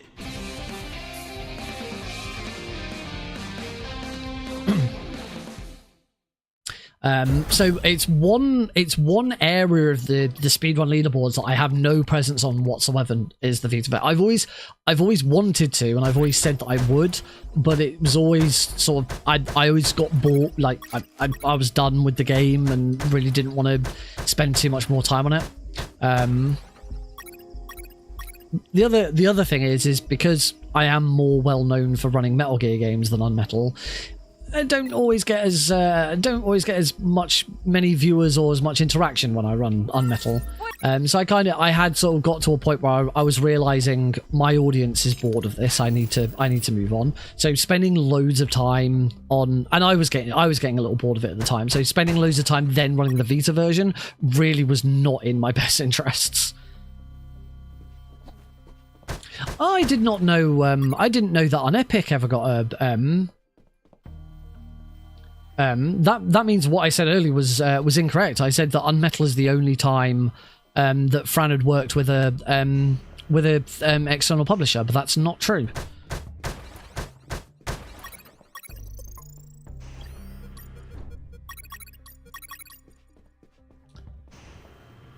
So we finally sort of resolved the Vita version conversation.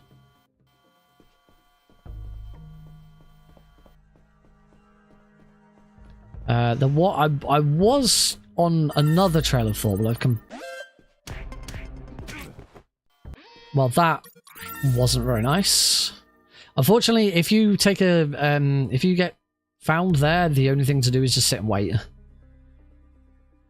And it is complete RNG whether that guard looks at you or not. So this is going to slow this chapter down because now we have to wait here. Not as long, but it also means the cycles aren't gonna line up in our favor. There's level 6, which is the bare minimum for any percent. A lot earlier, again, a lot earlier than is necessary.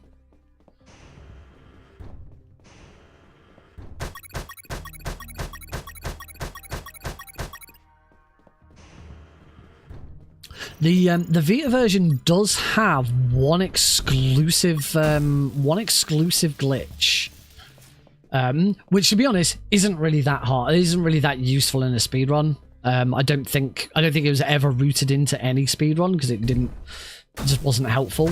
But it's basically infinite XP. If you knock out a guard without that guard seeing you, and you obviously get XP. If that guard is then awoken by another guard, and you knock that guard out again without being seen, you get XP from them again. And in theory, you could do this an infinite number of times. But it's not... Oh, whoops. But it's not worth it. It doesn't... Like, that would be really slow to do in a speedrun.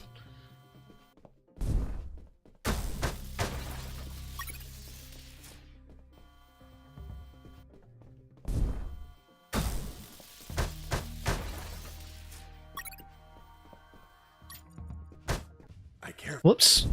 Careful. Pizza. Pepperoni.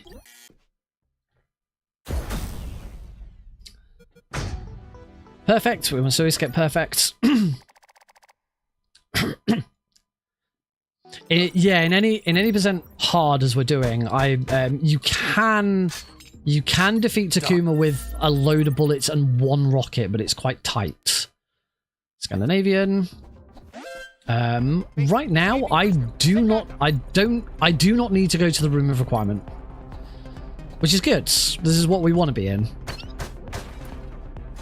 So as long as you've got at least one health kit, you don't really need health kits, and as long as you've got 2 rockets, say it can be done with 1 rocket, but it's very risky.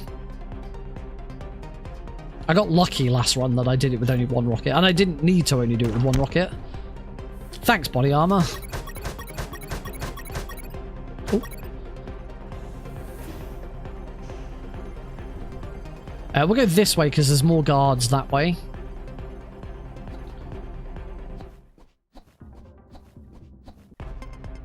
Base, escaping prisoner. Send backup. No pistol shots needed on Vita. Oh. Oh, thank you, body armor again. Absolutely saving lives. I'm going to load that just because then I instantly get all my health. I'm not going to have to wait for it.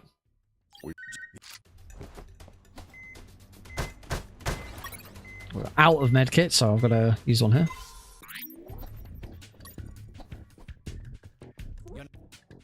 Oh, let's change that first.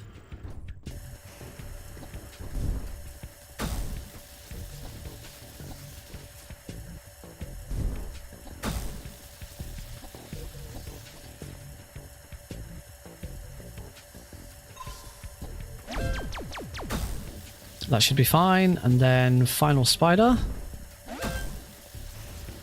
Lovely. Really good red rune.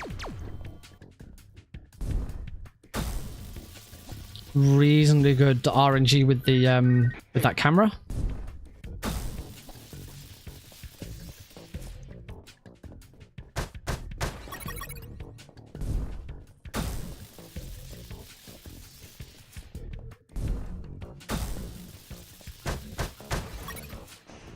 Lovely. We're already level 6, we don't need to worry about XP, so in fact I can just completely ignore that guard. These 2 guards... Oh, that was close. If that guard had finished his sentence, that would have been a very, very long time loss.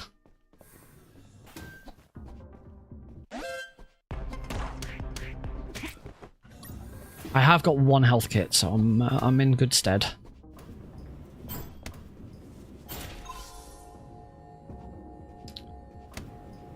Straight up to floor 3. Sorry, straight up to the roof. No, we skip floor. We come back to floor 3 later.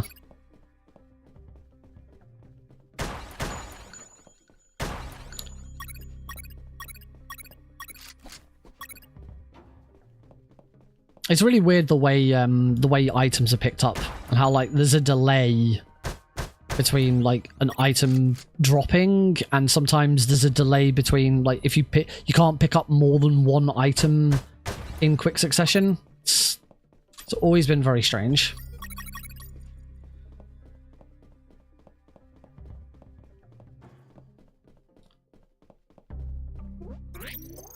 Left, right.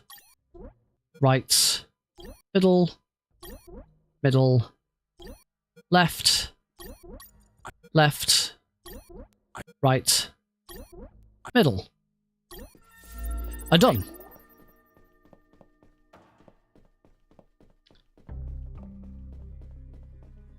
Should have kept holding holding circle. Helicopter key. 6 minutes behind. I said every single run. Oh, every single run I've done this evening has gotten worse as as time has gone on. I mean, what would be great is if I could not make a complete hash of this area like I did last run. I heard something. Oh, that guard immediately turned around. I heard something.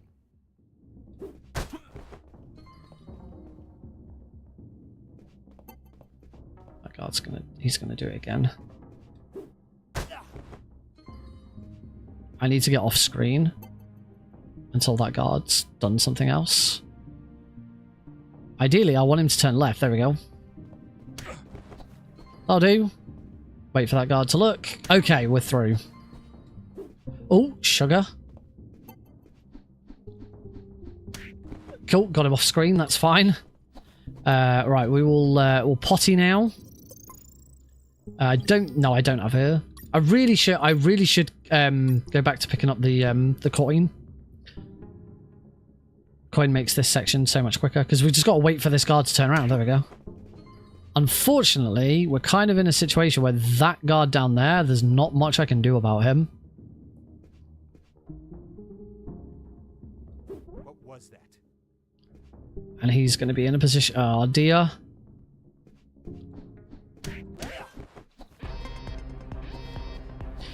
Oh, dear. Okay, in that case, there is something we can do here. Which is just stand at the edge of the screen and just keep... There we go. When in doubt, that's the other thing you can do.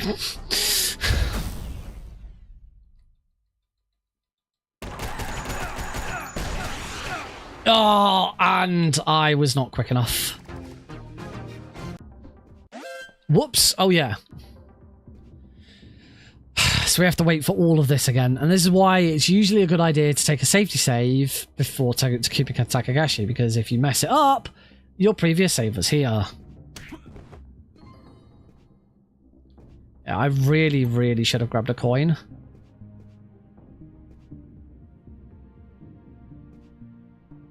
What was that?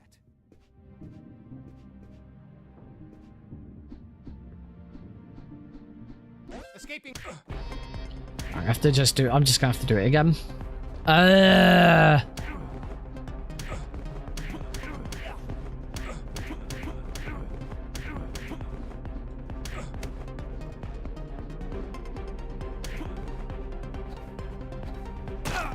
Ow! I have no health kits. Oh, I can't... So completely screwed this up. I can't beat Takuma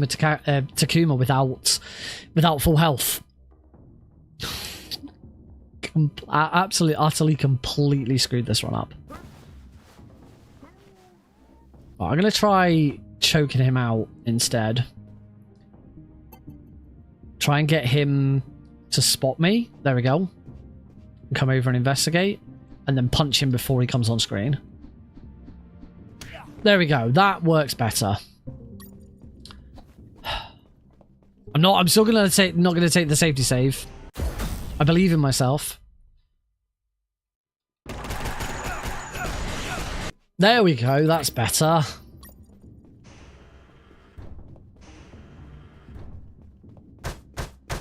There is a health kit there, which I definitely want.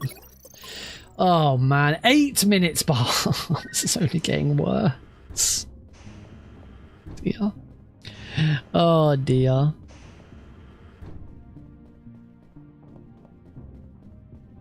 Well, at least my first run this evening was pretty good. I'll probably try and do a little bit of practice of this off stream so that we can go straight onto all achievements on next week's stream. Because if this is rusty as it is right now, God help me what all achievements is going to be like. It'll be fine. Engaging prisoner. Send backup. It's always fine.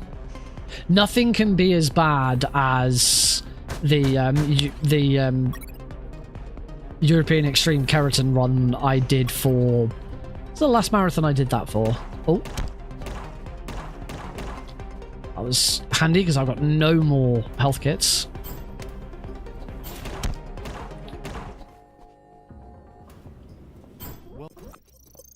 Is it... Oh, Complete-A-Thon.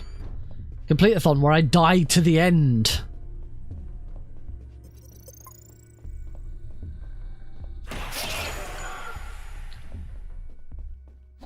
Died to the end and had to load a save.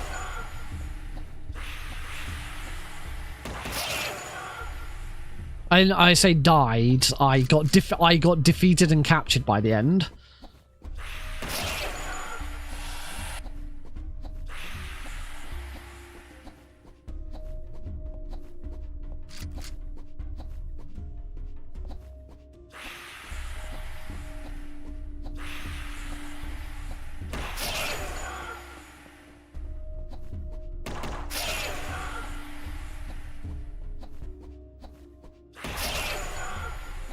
Oh, didn't need to roll there. I only have 6 shots left. I only have 2 shots left. I need to get some more ammo. 2 bullets. 2 bullets is not enough. 5 bullets is fine.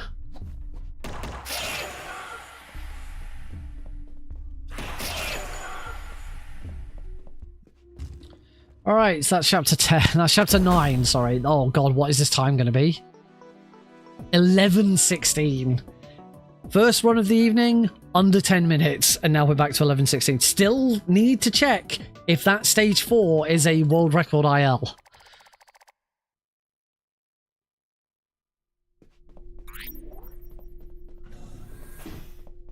It's quite rare to get a world record for an IL in the middle of a run, because ILs can be really well optimized. I actually have a save pack only for easy difficulty, but I have a save pack, I think it's my B save, for optimized ILs.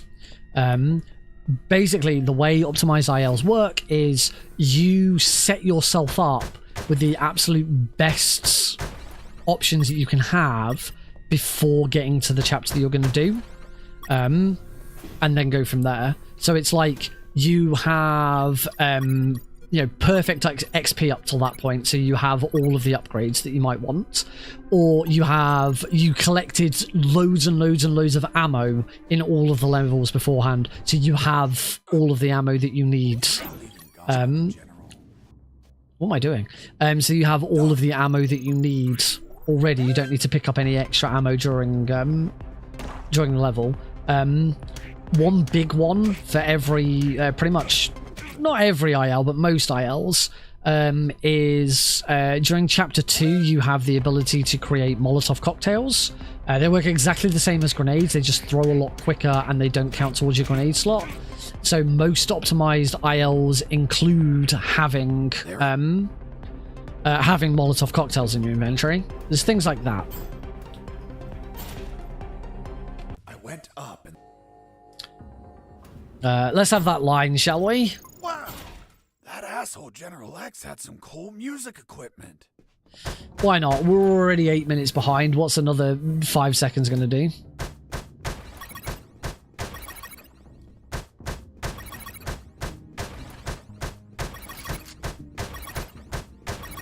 I think I'm already at max grenades. Oh, I'm only at 6, but that's fine. I shouldn't need any more than 6.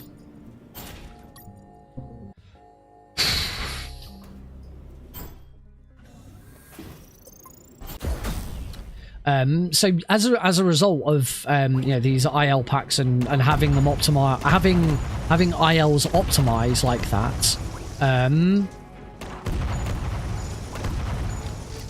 getting an IL world record in a run is unlikely. Only thing is I've never made an optimized IL pack for hard. I've only ever done them for easy.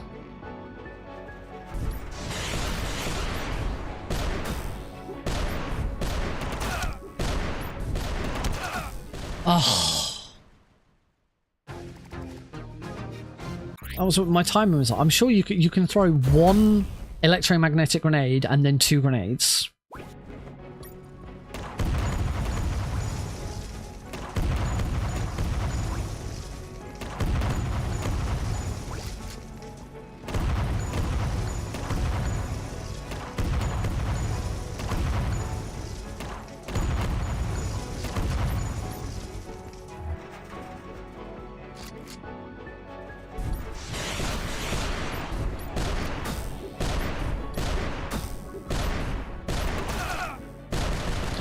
Okay, no you can't. And also 6 grenades was exactly enough. If I'd messed any of those grenades up, I would have...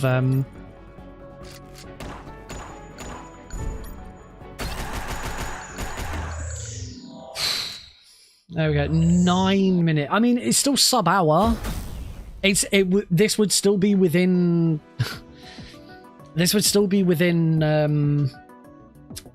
my estimate for Prevent-A-Thon. So this still would have been fine, but this is a really bad run. So yeah, it definitely needs some more practice. I will try and do some practice off stream over the weekend so that we can go straight into all achievements next week. But let's have a look and see. 2 minutes and 12 seconds. Is that a chapter 4 world record? Presumably the answer is yes, because nobody else has really done these. I've never created an IL pack for hard. Therefore, all of the world records for hard ILs should come from my individual runs. Therefore, it's that save file that the world record should be on. Welcome to the jungle. PC any percent hard.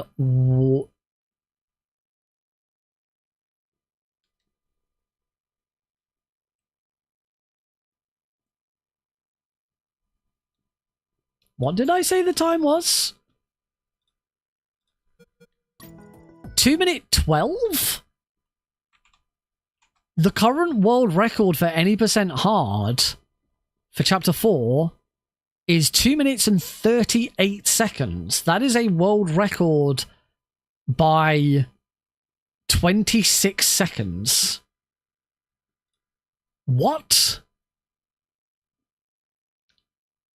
That makes no sense whatsoever. I can't check it because there's no video. The video, oh, there we go. Yeah, chapter 4, Welcome to the Jungle. Any hard, 2 minute 38. It was part of an existing run. If anyone wants to go and check out what's already on there, rather than me just describing it, there you go.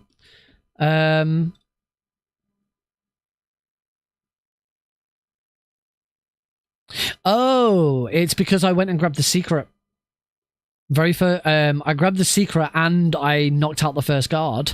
I'm guessing this is from a full run, so it's very likely that it's just simply I probably have beaten this world record tons of times before. I've just never bothered to do anything with it. So yeah, this is definitely I will definitely upload this and make it, and yeah, but so I at least I've got a world record to update. That's something. At least I got something out of this terrible run. Could have been a lot worse. It wasn't. Everything else was a lot worse. I need to. Even if I don't practice doing full runs, I should just practice running nuke sub. Nuke sub and floor 3 are the 2 things that are really screwing me over at the moment. But I'll get back into it. As I say, it's only been 2 streams. I've got 3 weeks until Prevent-A-Thon starts. I'm running on the Saturday as well, so I I think I've got a shift on the Thursday, so I think I miss out on Thursday streams. So I might stream on Wednesday instead to make up for it. I don't know. So that's 2-3 weeks off way yet, so won't worry about that right now. But anyway, that is going to be it for today's stream. Thank you all very much for joining in. Good to see you, Greens and Saber. Thank you for popping by. And for your advice on the Vita version of UnMetal. I will play it one day. I always wanted to go and do more with the console version. I've got 2 consoles. I've got it on Switch and I've got it on Xbox as well. So I do have some runs on console. I don't think I ever finished. I think I ever finished the whole of the console leaderboards. Console any percent. Yeah, there's no perfect easy or unperfect easy. No, for console. Oh, for console. The only thing I did on console was easy, any percent easy. I thought I'd done console on other difficulties, but apparently not. Only any percent easy console I have the world record for. And to be honest, that is only contested by one other person, because the PC version is just the better version. It's not a worry. To be honest, every category, the only category on the leaderboards that was ever really contested. So there is some competition in some of them, but it's a couple of people. The only contested category really was any percent easy. There are 10 on PC at least. There are 10 runners for any percent easy. On console, there were only ever 2 runners.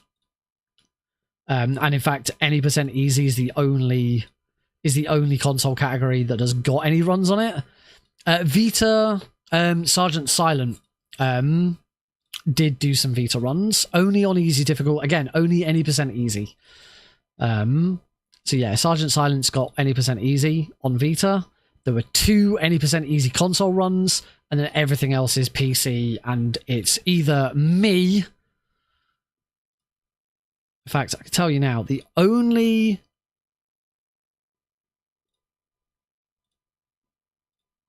every single category on the PC speedrun board is only me. Every single category I have a run on the PC boards. Any percent, perfect, unperfect, all 3 difficulties. I have a run for every single one of them. Except unperfect medium. Unperfect medium is the only PC category I never did. I have and perfect medium.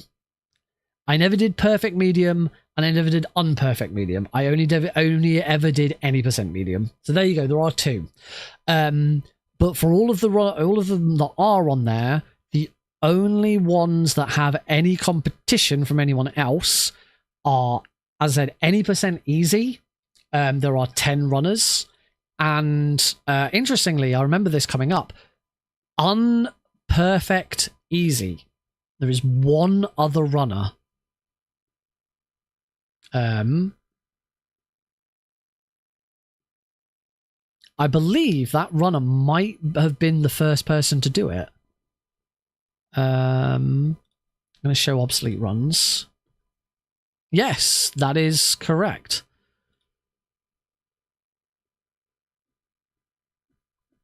Yeah. Yeah, someone did unperfect easy before I did. Only just though. 25th of March 2023, Sido did unperfect easy. And then 3 months later, on the 4th of July 2023, I submitted my run, which was just under 4 minutes faster. There you go. So there is actually still a lot of stuff on the UnMetal leaderboards that hasn't been touched, and there are loads of world records just up for grabs if anyone ever wants them. But yeah, I had a spreadsheet at one point of trying to get it all done, and I just couldn't. It was there's so many different runs that I just couldn't get through them all. But anyway, as I said, that is going to be it for today's stream. Thank you very much for joining in. I might stream over the weekend if I get the opportunity to, because I'm free this weekend. I've got nothing on, although I've got, you know, stuff with Prevent-A-Thon, and I do need to start properly organising my next couple of GDQ hotfix shows, because I've left a couple of runners who have asked me about it in the lurch, and I need to get in contact with them, and I need to get them organised. Yeah, thank you all very much for joining in. I hope you have a wonderful weekend if I don't see you. But if I don't, I will next see you back here on Tuesday, 8 p.m. GMT, or BSC. We're still in BSC at the moment, for some more UnMetal. As I say, hopefully we'll get started on all achievements to get that back into stride. Night, everybody.